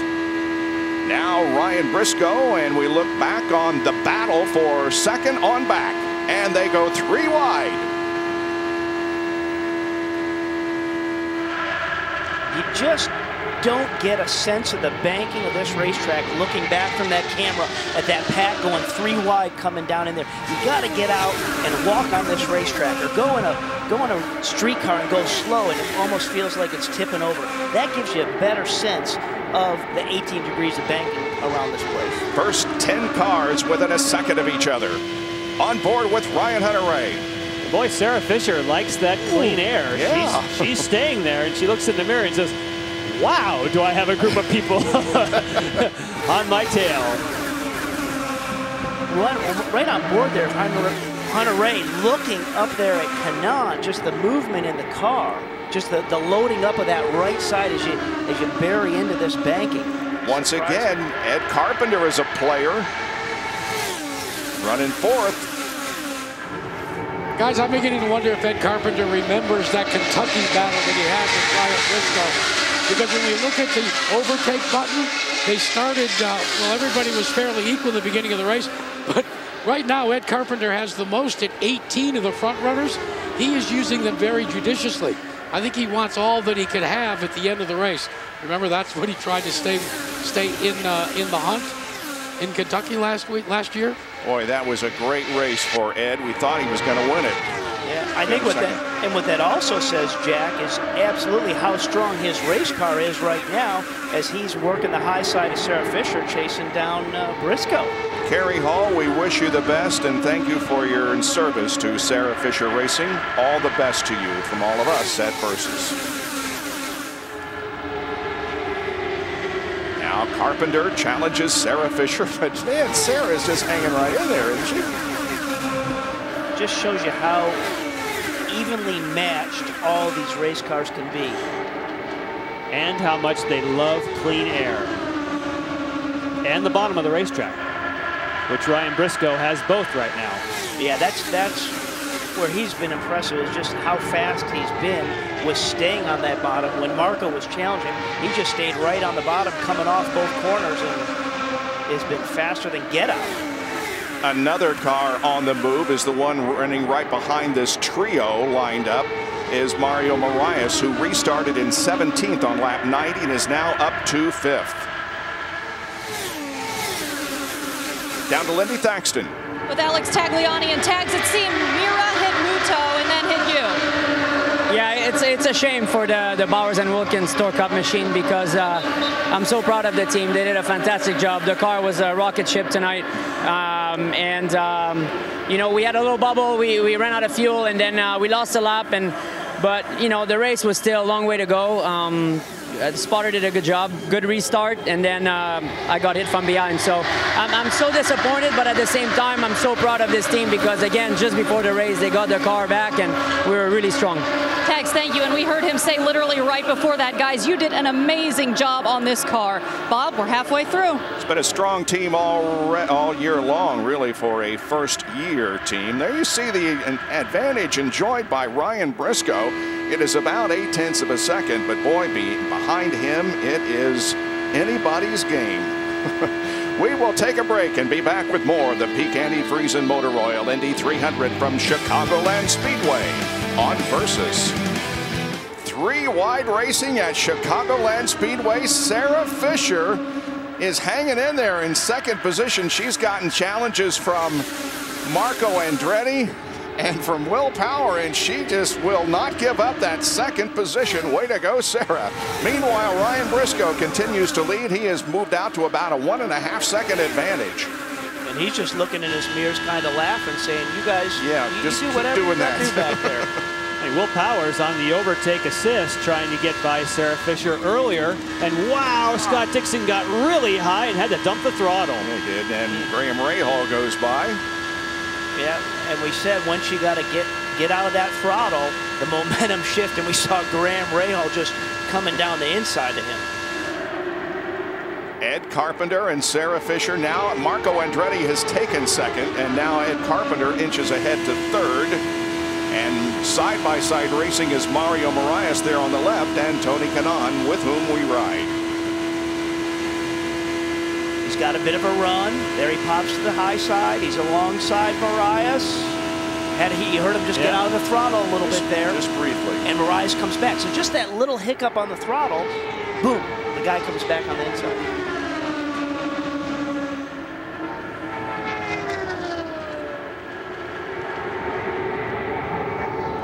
Will Power now moves to second position ahead of Marco Andretti. So the points leader, and the guy who did so well on the road and street courses, is doing quite well on the 1.5 miles. Thank you. And check out his aggressive move, going to the top, way to the top, to try and make a sandwich there, and gets too high, loses his momentum, as does Marco Andretti. He has to try yet again, but he is being aggressive tonight. That's twice we've seen him have to save and you won't see every driver out here do that. Again, it comes back to confidence in yourself and confidence in your race team and race car to get it up top. Now Sarah Fisher, who ran up front, led a few laps, comes in for a pit stop. Rolls back out. And now Will Power and Andretti are both catching up to Ryan Briscoe.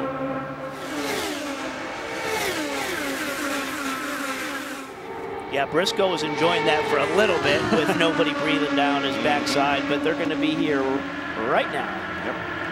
Well, we learned a lot from Sarah Fisher, and that is that passing someone who's nice and solid on the bottom of the racetrack for the rest of this group is extremely difficult. And let's also point out again that Marco has less downforce on the car versus Sarah as he's trying to do that, but he still couldn't get by on the high side. And look at the top three. They're all together now. They sure are.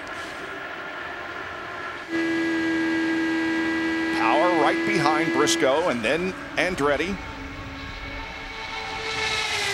Completing lap number 115.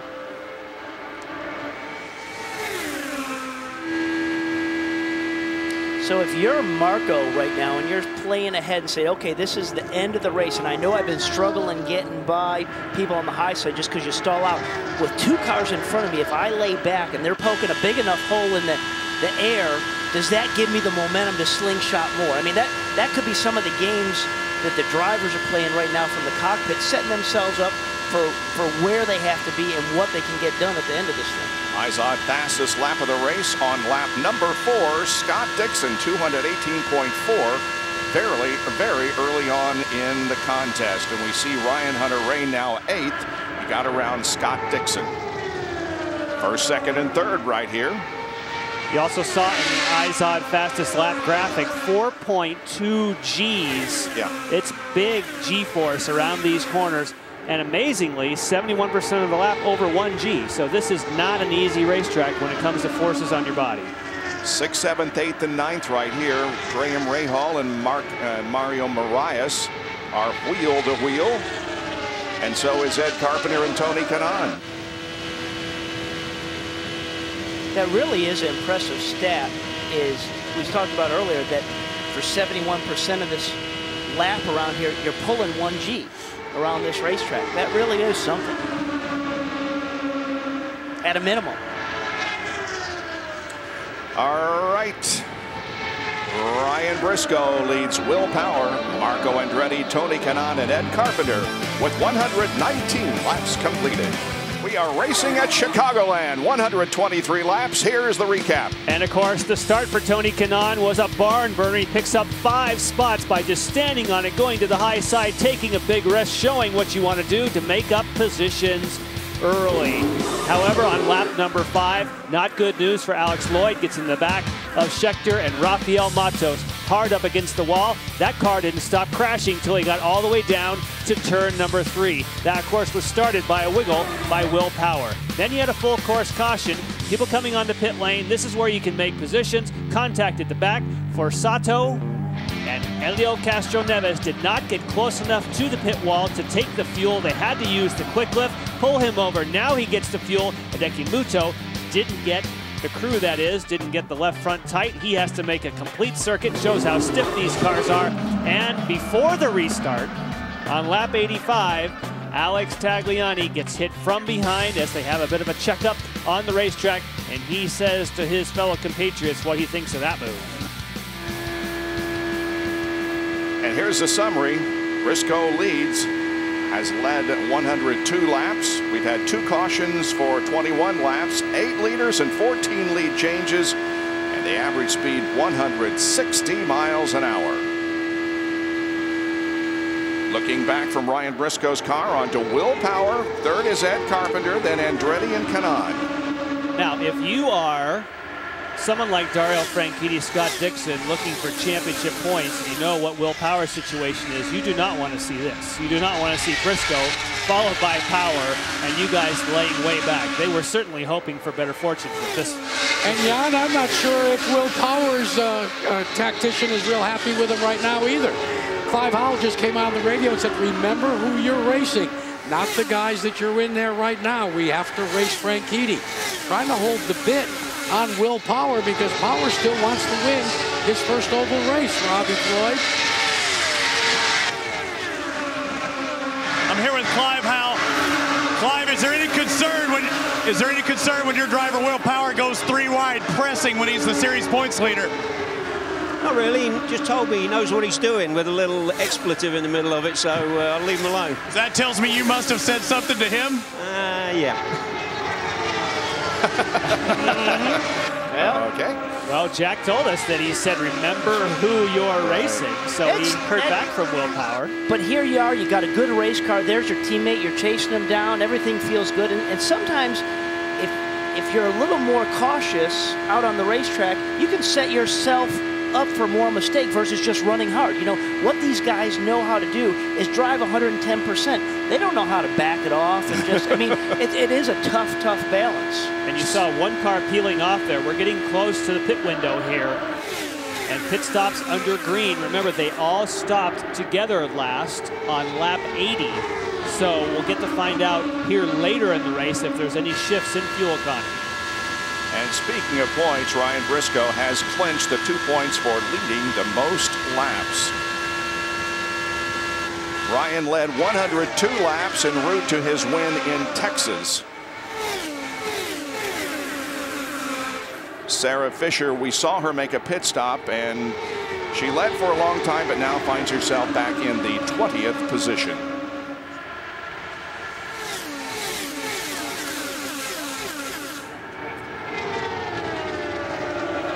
Ryan Briscoe has only led a total of 53 laps in the other 5 races that he has been out front this year. Tonight he has led 110 laps, the 5th time in his career that he's led more than 100 laps in a race. And there is Scott Dixon to the inside of Kanaan. And if we stay on board here with Kanaan, watch, he'll get sucked along here. Look at the dash. Look at on his wheel right there. You'll see lights starting to get yellow and then red. That means that you have gotten into kind of used up that whole gear. And either you go to 6th gear, or when those lights get to red, you go along the rev limiter and the car goes bah, bah, bah, bah, bah, and it doesn't accelerate anymore. So having the proper top gear for when you're in the draft is key, that you don't hit that rev limiter and stall out. And Robbie, you know, on the dash, you also have a place for what's called the soft limiter. You can set below what the main limiter that Honda gives you. You can set just a couple of notches down so that before you get that, you do see those red lights. So that's the key to try and get the soft limiter and the hard limiter and be right in the middle somewhere. That third car in line there is Alex Lloyd. We talked to him on pit lane a while ago, but he is back in the race. There's Dixon moving around him. Mario Marias makes a pit stop. So far, right now, there are 19 cars on the lead lap, and Ryan Briscoe is on the apron of the racetrack. And that's that apron area where you got to challenge that apron and push it as much as you can all the way to that 60-mile-an-hour pit-in line right there. And several others will also come in. There's Graham Rahal at the top of your screen. Tony Kanaan also. Marco Andretti, yeah.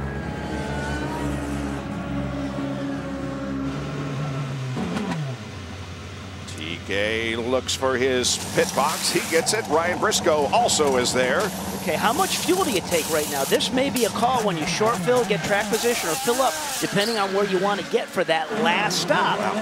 For Briscoe, it appeared as though he took all the fuel. Will Power took over the lead, but now he comes in. And like we saw in the first stint, Ed Carpenter stays on the racetrack getting great fuel economy. Routine. And Ed Carpenter also has come on to pit lane. Oh, Dixon got by. Lindy? Ed Carpenter has asked for a wing change. You remember, this is a combined team with Panther and Vision. Kevin Kay, the team manager for Vision, he is running the air jack on this crew, Bob. And looking at that wing change, they were putting wing in it. When you looked at him turn that, they just were giving him a little bit more downforce in the front of that car. Ryan Hunter-Reay leaves his pit box. Big smoky burnout there by Ryan Hunter-Reay. Dan Weldon comes in. Weldon's had a good run. He's hoping for a quicker stop. That's definitely what hurt him earlier in just track position. Remember, we had that when we kind of panned back on our onboard. We looked at that guy right there on the left rear, and he just almost got it hooked up that time. Not this time. Good stop. 6.5 seconds for excellent stop. Weldon.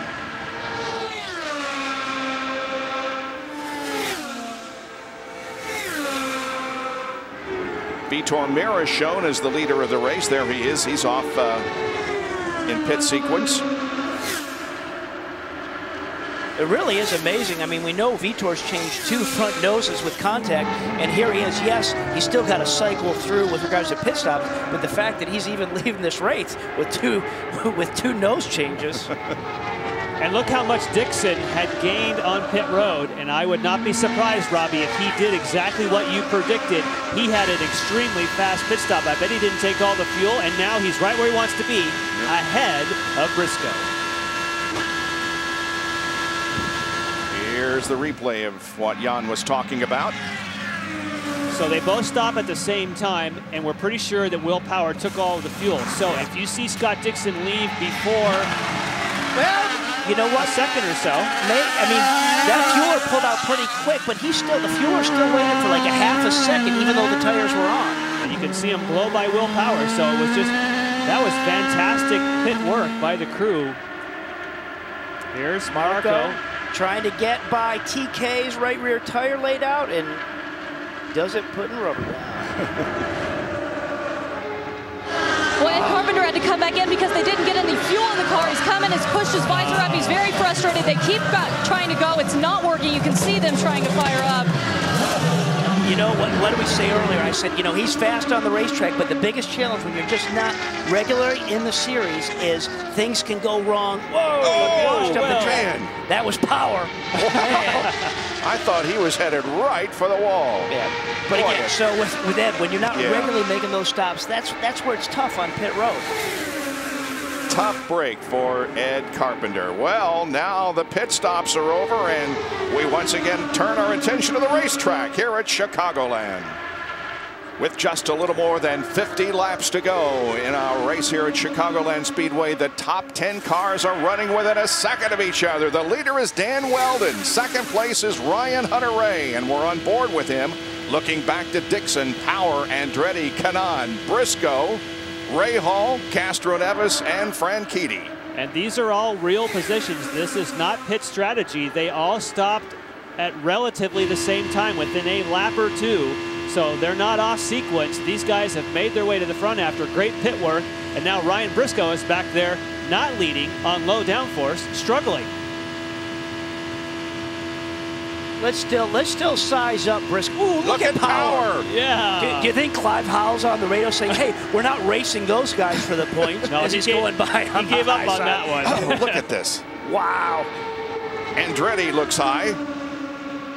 And look at there's Briscoe trying that high side. Look at it. Looked like he drifted up a little bit more there, Jan, just tagging that whole idea with less downforce on that car. What's it going to do to him? And that's exactly what we talked about the open of the show. The low downforce is the way to get to the front and stay there. But if you're back, as you can see, as many. Oh, look out! Hello. Will Power is as aggressive as I have seen him in a long time. And you know, Jan, I got to think that no matter what Clive Howell tells him and the response that Will Power had, it's hanging over row 3 wide. Oh, mercy. And a Will Power sandwich that he just wants to get to the front and get the monkey off his back about ovals. Well, he's doing that to get to the front, Jack. That's a fact. Wow. And so you're Ryan Hunter-Reay. You're just there, that Greek flag. You see these guys 3 wide. You just got to hang back and say, this is going to give somewhere. We're on board. Here we go. You're thinking, okay, all right. What am I? Whoop. Hang on. That's Brian Briscoe on the right. Yeah. Whoa! To the inside is Kanaan. Look at it. You see Kanaan get the wiggle there? Yeah. Down low. Kanaan just had a big wiggle, had to get out on the throttle, so he went back. Dixon went by. Elio went by.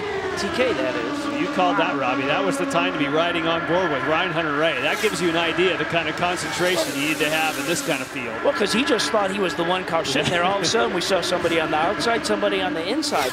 But when you have just that green flag racing side by side around here, you can do it for 20 laps. But after that, you need a break somewhere in there. You got to have a couple laps to catch your breath. Power is trying to pinch. He's trying to keep Weldon down. He's trying to keep him down lower, and that is close running. And the thought process, Jan, of what you're saying, keeping him down low, is if he keeps him down on that bottom and Weldon has to put in a little extra steering and that car washes up, he's going to have to get out of the throttle. And but cutting it close. Andretti making it 3 wide again. Wow. You know what, Dan Weldon may be fighting valiantly, but when you look at the overtakes, guys, he's only got 3 left. And we've got a lot of laps left to go. Coming up on the 18 car, and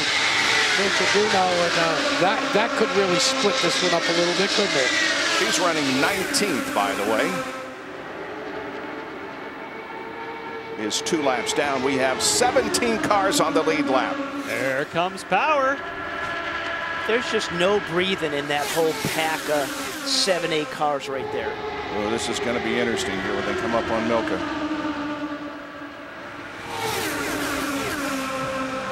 Oh, she's going high. Well, middle high, middle low. Ooh! Weldon forced below the white line, but I think from the official standpoint, they say when you go down there, if you're if you had an avoidance, that's okay. We'll be okay with that. And Will Power has the lead. But Andretti is right there to his right. Weldon, who led, now finds himself battling for third with Ryan Hunter-Reay. Back with more at Chicagoland in a moment. Will Power leads Marco Andretti here at Chicagoland. The record prior to tonight for most lead changes here at this racetrack, 23 in 2004. We have had 24 tonight. The record has been set for number of lead changes, and we've got almost 40 laps to go. There are the first 2. Will Power and Marco Andretti. Here comes 3 and 4. Dan Weldon on the low side and Ryan Hunter-Reay on the outside. They almost bang wheels coming off of turn number 4. Right behind them, Tony Kanaan, who's had a very stout race tonight, on board with him. We had to lift there a little bit. Tony Kanaan's been running high a lot of the evening and taking advantage now, Ryan Briscoe. And Briscoe, of course, has led the most laps here tonight, so he gets around Tony Kanaan.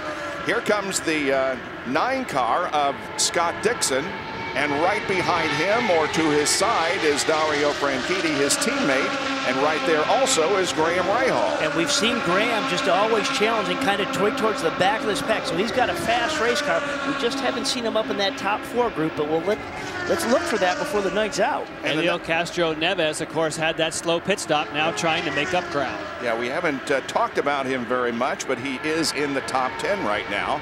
Back in 11th. Whoa! Look out. Alex Lloyd sideways coming off turn number 4. The caution is out. How about the timing of us just swooping back right on that? Just got loose coming off there. We all 3 just saw it. I was about to say that Danica Patrick was running 11th, but I didn't get it out. Wow, second problem for Alex Lloyd tonight. Boy, that was a scary ride, wasn't it? It comes with 30 laps to go, so everybody will come in and it'll be their final pit stop. That's right. Well, what that's going to do, too, is going to keep that whole lead pack together. They're not going to be spread out on green stops, so it's just going to be everything at the end of this. And it's what we saw live. Alex Lloyd coming off corner number 4, slides to the inside of the racetrack. We are under caution here at Chicagoland Speedway on Versus. Under caution here at Chicagoland Speedway because of an incident involving Alex Lloyd. Will Power is the leader. And when they pit, they will only need 12.2 gallons of fuel to make it to the end. That's only 3.5 seconds of fuel, faster than it takes to change tires. Will someone take a chance and not take tires? We heard Al Spire say earlier that that is a very likely situation here in the late going, given this green with less than 30 laps to go. Let's watch. They're changing tires on Power. Both Ryan Hunter-Reay and Andretti, and also on Will Power. And on Dixon back there. Look at that. Franchitti gets out quick. Ryan Hunter-Reay was 3rd across, Power 2nd. Franchitti up 8 positions. Wow. And Patrick up 5. So did they put tires on? Sure looked like they were going for tires for Dario. I got to say, my eye wasn't focusing on that car. I saw that Dixon definitely went with him, but I can't confirm that I saw Franchitti. Wow. We're set up for some great racing to the checkered flag. It's Franchitti, Will Power, Marco Andretti. We'll be back in just a moment. We are back here at Chicagoland Speedway in the final moments of the peak Antifreeze and Motor Oil Indy 300. Let's go back to that last pit stop and what happened to Dario Franchitti. See him on the high side? He has to make a wide arc in. He does not take tires. Now watch when he pulls back out. He snookers everybody and beats him. Maybe Al Spire is right. We're down to a handful of laps. Let's go to Robbie Floyd and find out more from Chip Ganassi. Well, Chip, some crazy things going over the radio right now, but that was one heck of a gamble you made. What played in that decision? Yeah, I mean, you know, we're basically about a 5th or 6th car, and that's our shot to win there. That's the only shot we have. Well, I just heard over the radio just a minute ago, and everybody can hear the radios. They told Will Power that he does not have enough fuel to make it to the end. These guys were scrambling, and back that has to put a smile on your face. You never know. You know, we'll see. Thanks, Chip. Can't believe everything you hear on the radio. And also, nice job by the Target Chip Ganassi team. They had the tires out there, and they almost made it look like they were going to go for tires, and that's part of what you do. You lay out, making it look like you're going to go tires, and then you kind of pull the sleight of hand, and he tricked me. Robbie, you were right on the money. Yeah. No tires, good job. And looking at the grid right there, Danica Patrick's now in 6th spot. Same thing, came in for fuel only. Let me give you the numbers, 7, 34, 10, and 06. So you got Danica, and you got the 34, and you got, they're all gambling right now, and it might work for them to get better spots. We have a new record for most different leaders in an IZOD IndyCar Series race 11. We have 25 laps to go, 24 laps to go. In Atlanta in 1999, they were 10. Tonight, we have had 11. And this equals the record for the most different leaders. And also, we have had 25 lead changes as the green flag comes out. And here we go, hopefully to the finish. Good restart by Dario, no question of holding a couple car lengths there. Look at Kanan going to the, to the high side and now low side. Yeah.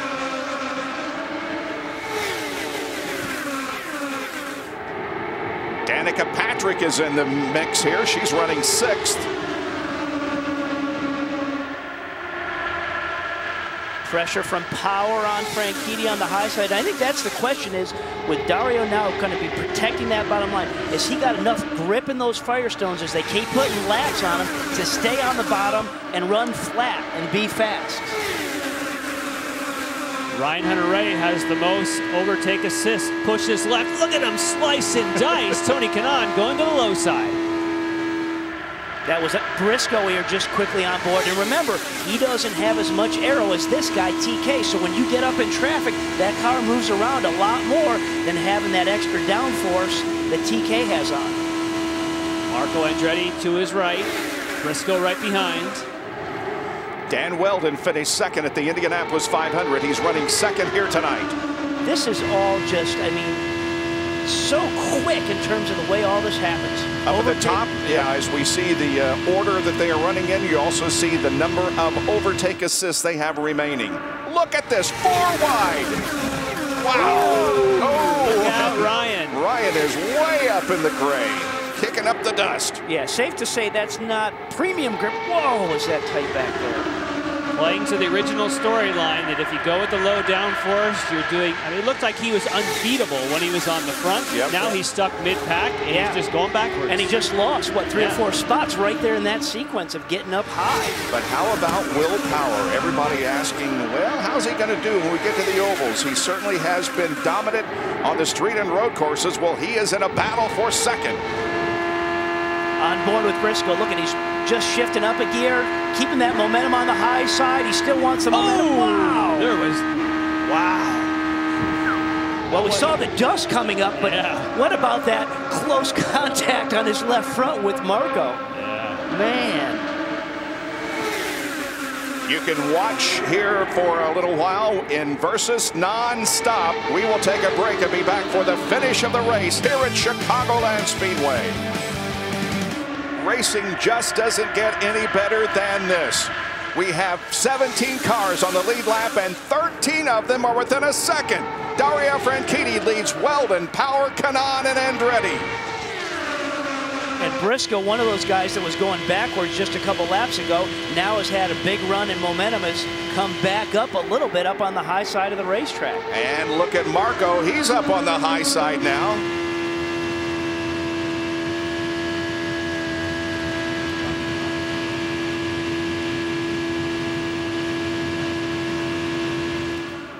Boy, Dan Weldon has had just a great race. He has run up front all night. Currently running in second, but with a battle. Look at Briscoe. You know, we're just looking him up on the high side. I mean, we just rode him off 2 laps ago with going backwards, but with not having, you know, that downforce in the car. He's fast if he can run flat and not have to get out of it. And not far behind him, Justin Wilson has come from way back to join this group. So now he's a player. Look at how many cars still have a shot in this race. Danica Patrick now getting into the back of this picture as well. And that was Wilson just looking, as you talked about it, there was him just looking up on the high side at the tail end of this race. Less than 10 laps to go when they come down this time. It'll be 9 to go. There are the 4 drivers who did not take tires on the last pit stop. Franchitti was among them, and he still leads. And we'll see if that plays out as we get into the last 4 or 5 laps. Are they going to lose a little bit of that extra bite that you get from those Firestones with the wear on them, or not? Well, we heard from Al Spire. I think these guys are good to go. Great call. 14 drivers within a second. Now with 9 laps to go, there's the one thing that Robbie Floyd said about a radio communication to Will Power about not having enough fuel to get to the end, which that doesn't make sense to me. He only needed 3.5 seconds of fuel. He should be fine. But if that's true, that could... Oh, Briscoe! Did he hit the wall? No, he didn't. And it was Ryan Hunter-Reay just kind of pushed him up there, and he had to get up there and gotten that grade. Now he dumped the throttle and lost that momentum. He's pretty much out of it.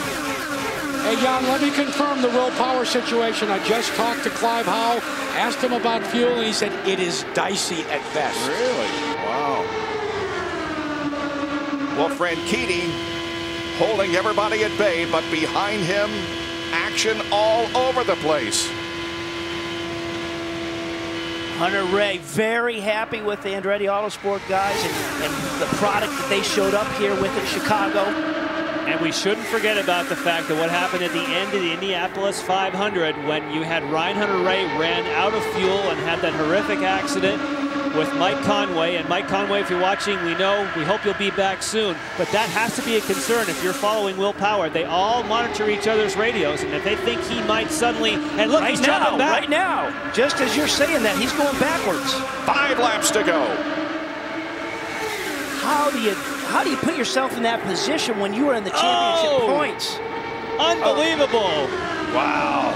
Well, at least he did not run out of fuel. He brought it in. But still, he's coming under green conditions. No, he's cooked. From a safety standpoint. Oh yeah. Great news. Yeah. I wasn't from a championship standpoint, that is. But major implications perhaps in the point championship as the leader comes in, leaving the battle on the racetrack to 13 others. You only needed 3.5 seconds of fuel. Something went wrong during the pit stop. They had a fast car, but again, he snake bit on the ovals. Robbie. Larry Koskas puts in that fuel probe. Only about a 10-second stop, if that, for them.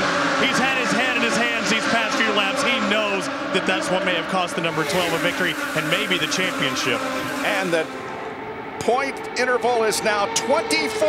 Will Power leads Franchitti by 24, and Franchitti, of course, is the leader of the race. So Power hits the pits at the same time Franchitti goes to the lead. You can't have a bigger swing than that. And you heard Chip Ganassi say, hey, we only had a 4th or 5th place car. That was our gamble to win this race. And right now, with 2 laps to go, what a play. What a play. Does that go along with rather be lucky than good?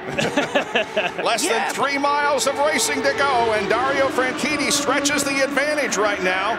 That is Ryan Hunter-Reay up on the high side of Tony Kanaan for 4th position. Here's the white flag. We got 1 more lap to go at Chicagoland.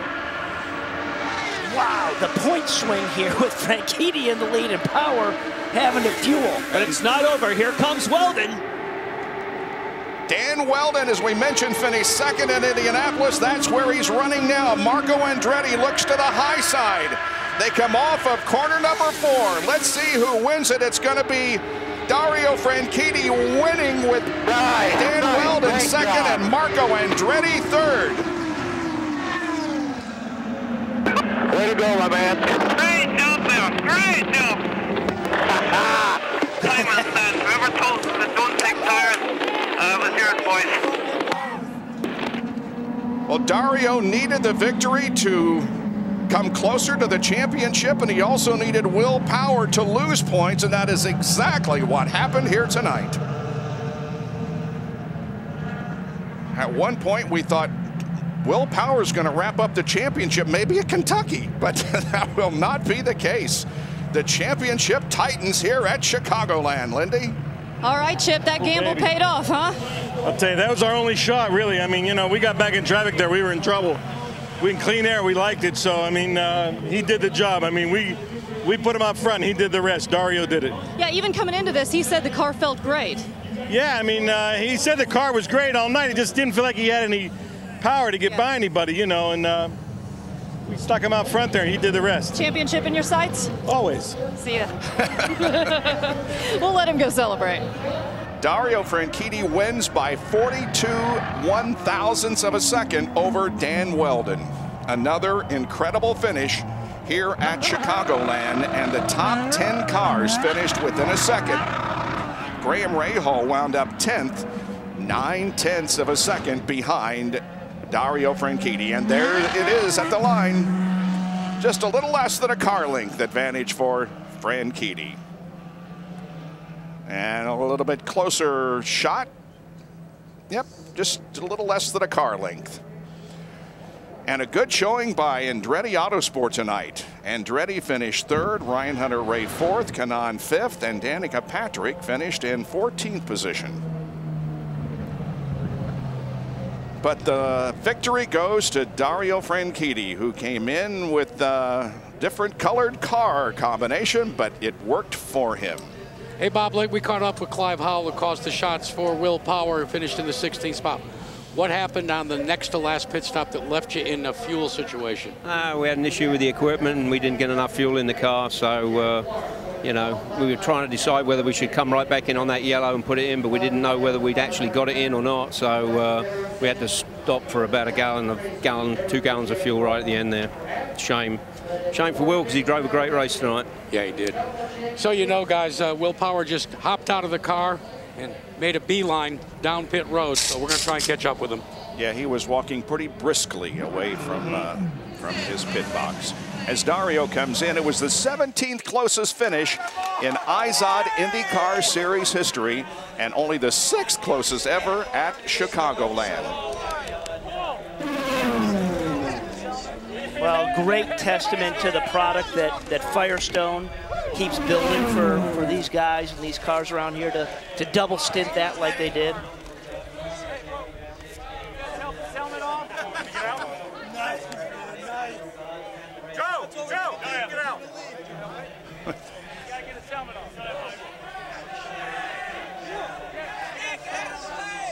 He's just taking it in, isn't he? He's just taking it in. I don't blame him. Great radio call saying, whoever thought of not taking tires, this one's for you. That was a great strategy call.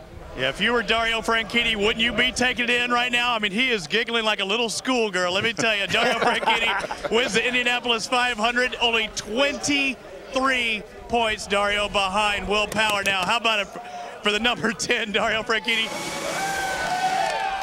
Breathe right. Buddy, you're living right today. You said you would be happy with a victory, but are you even happier now after you saw what happened in the points battle? I'm delighted right now. I mean, we struggled all night with the Breathe Right car in traffic there. But whoever made the call on the timing stand, I don't know if it was Chip, Barry, Chris, who, that was the call that won us the race tonight. I got to thank the boys for making that call. And also Dan Weldon. Dan, it's like a drafting, you know, restrictor plate race out there tonight. And Dan was my drafting partner and helped me right up to the end. So between him and my teammate Scott pushing me throughout the race. There's Chip. Not that! Amazing. Yeah, Chip wraps up the Grand Am series as well with Mabel and Scott. So another double for Chip Ganassi. and Chip Ganassi Racing. So it's been a good, Chip. Get on in here. I mean, did you ever dream that this could happen again? Much like last year with Briscoe at Motegi, such a big swap here in one race. I mean, you know, this guy did it all. He's the guy driving the car. We just put it out there for him. He's the guy driving They pulled my ass out of the fire again tonight. That's why I love driving for this team. You just never give up. A question, did y'all learn anything from Sarah? I mean, you saw how hard it was for guys to get by on that low side. Did you go to school? I think these guys did. I was just getting frustrated out there, getting further and further back. But again, a great call by the team tonight, and we're getting there. We're getting there. We're getting there.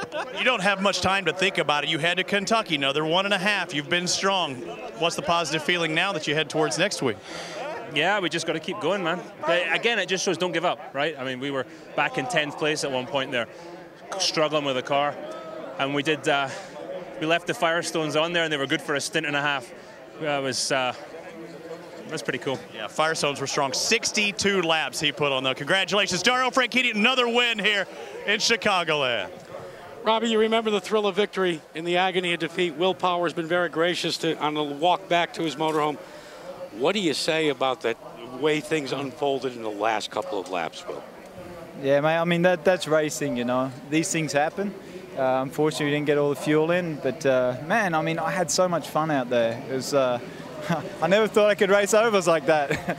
But, you know, man, that's going to make it tough in the championship. You know, we got to eliminate little mistakes like that. And, man, I'm still in it. We still just got to keep pushing hard and not make mistakes. I was going to ask, not to sound like Pollyanna, but one thing that you did maybe silence are the critics that said you can't get the job done on an oval tonight. Yeah, I was looking good there before that last stop, man. I'm like, it's almost I'm leaning at the end, like they can't get by me. But, yeah, that's racing. You got to, as much as it can be frustrating and you know, you can get angry, you just got to, you know, you take it. Take it. You got to take it. Hey, thanks for stopping and chatting with us. No problem. All right, Will. Guys. Has to be a major disappointment, but we've got 3 more races to go. Who knows what's going to happen? Let's salute the winning pit performers of the evening. The Firestone pit performers are the Dario Franchitti crew. Total time of the pits, 1 minute, 49.4 seconds. Back in a moment. Welcome back to Chicagoland Speedway. I am with number 2 and number 3. Let's start with Marco, who finished 3rd. First of all, what were your team's thoughts on whether or not you were going to take tires on that last stop?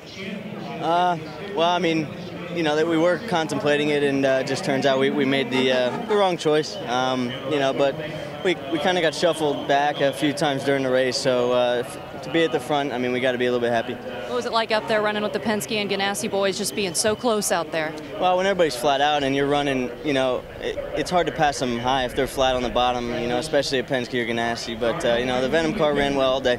Your third place on ovals this season. You glad to be back? Yeah, I mean, it's been a trying past couple of weeks on the road courses, so hopefully we can just, you know, gain some momentum and finish on a real high note. Marco, thank you. And Dan Weldon, let's talk about pit stops with you, because the first one, not so great. You get to the back, and then the next 2, though, really make up for it. Yeah, that's what's fantastic about the National Guard Panther Racing guys. You know, it's that never give up attitude that I think we've learned from a lot of the soldiers in the US and overseas, and obviously proud to represent them, and hopefully I think they can see that, you know, I never give up either, or does the team. And, you know, it's a fantastic result.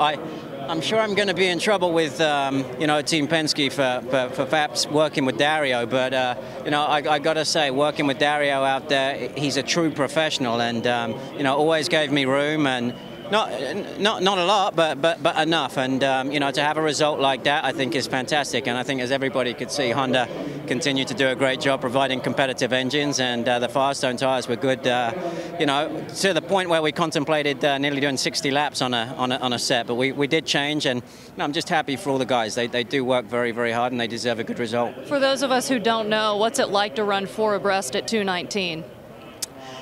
It's exciting. It's fun. It's you know, it's the way racing should be. I got to say, I've really enjoyed the road courses this year, and you know, it's good to be back on the ovals. But it's you know, it's very, very difficult at times. You've got to race around people you trust, and you've got to give people room. And you know, that's why I like working with certain people. But you know, I think a few of them had too many NOS drinks before the race, because there was a lot of moving around. Dan, thank you. And Bob, what a turnaround for him from last week.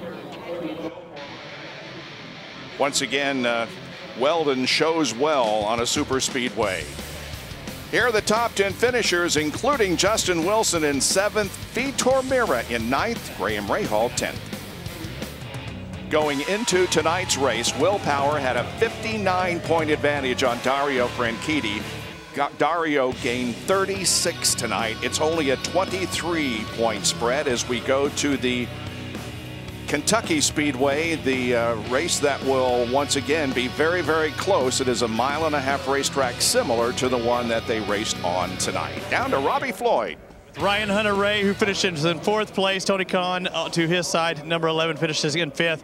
One heck of a race. You said, I'm glad that one was over with. Yeah, that was nuts. I mean, that was crazier than any Texas race I've been in, and it was just nonstop the whole time. You never could take a breath. It was just everybody all over each other the whole time.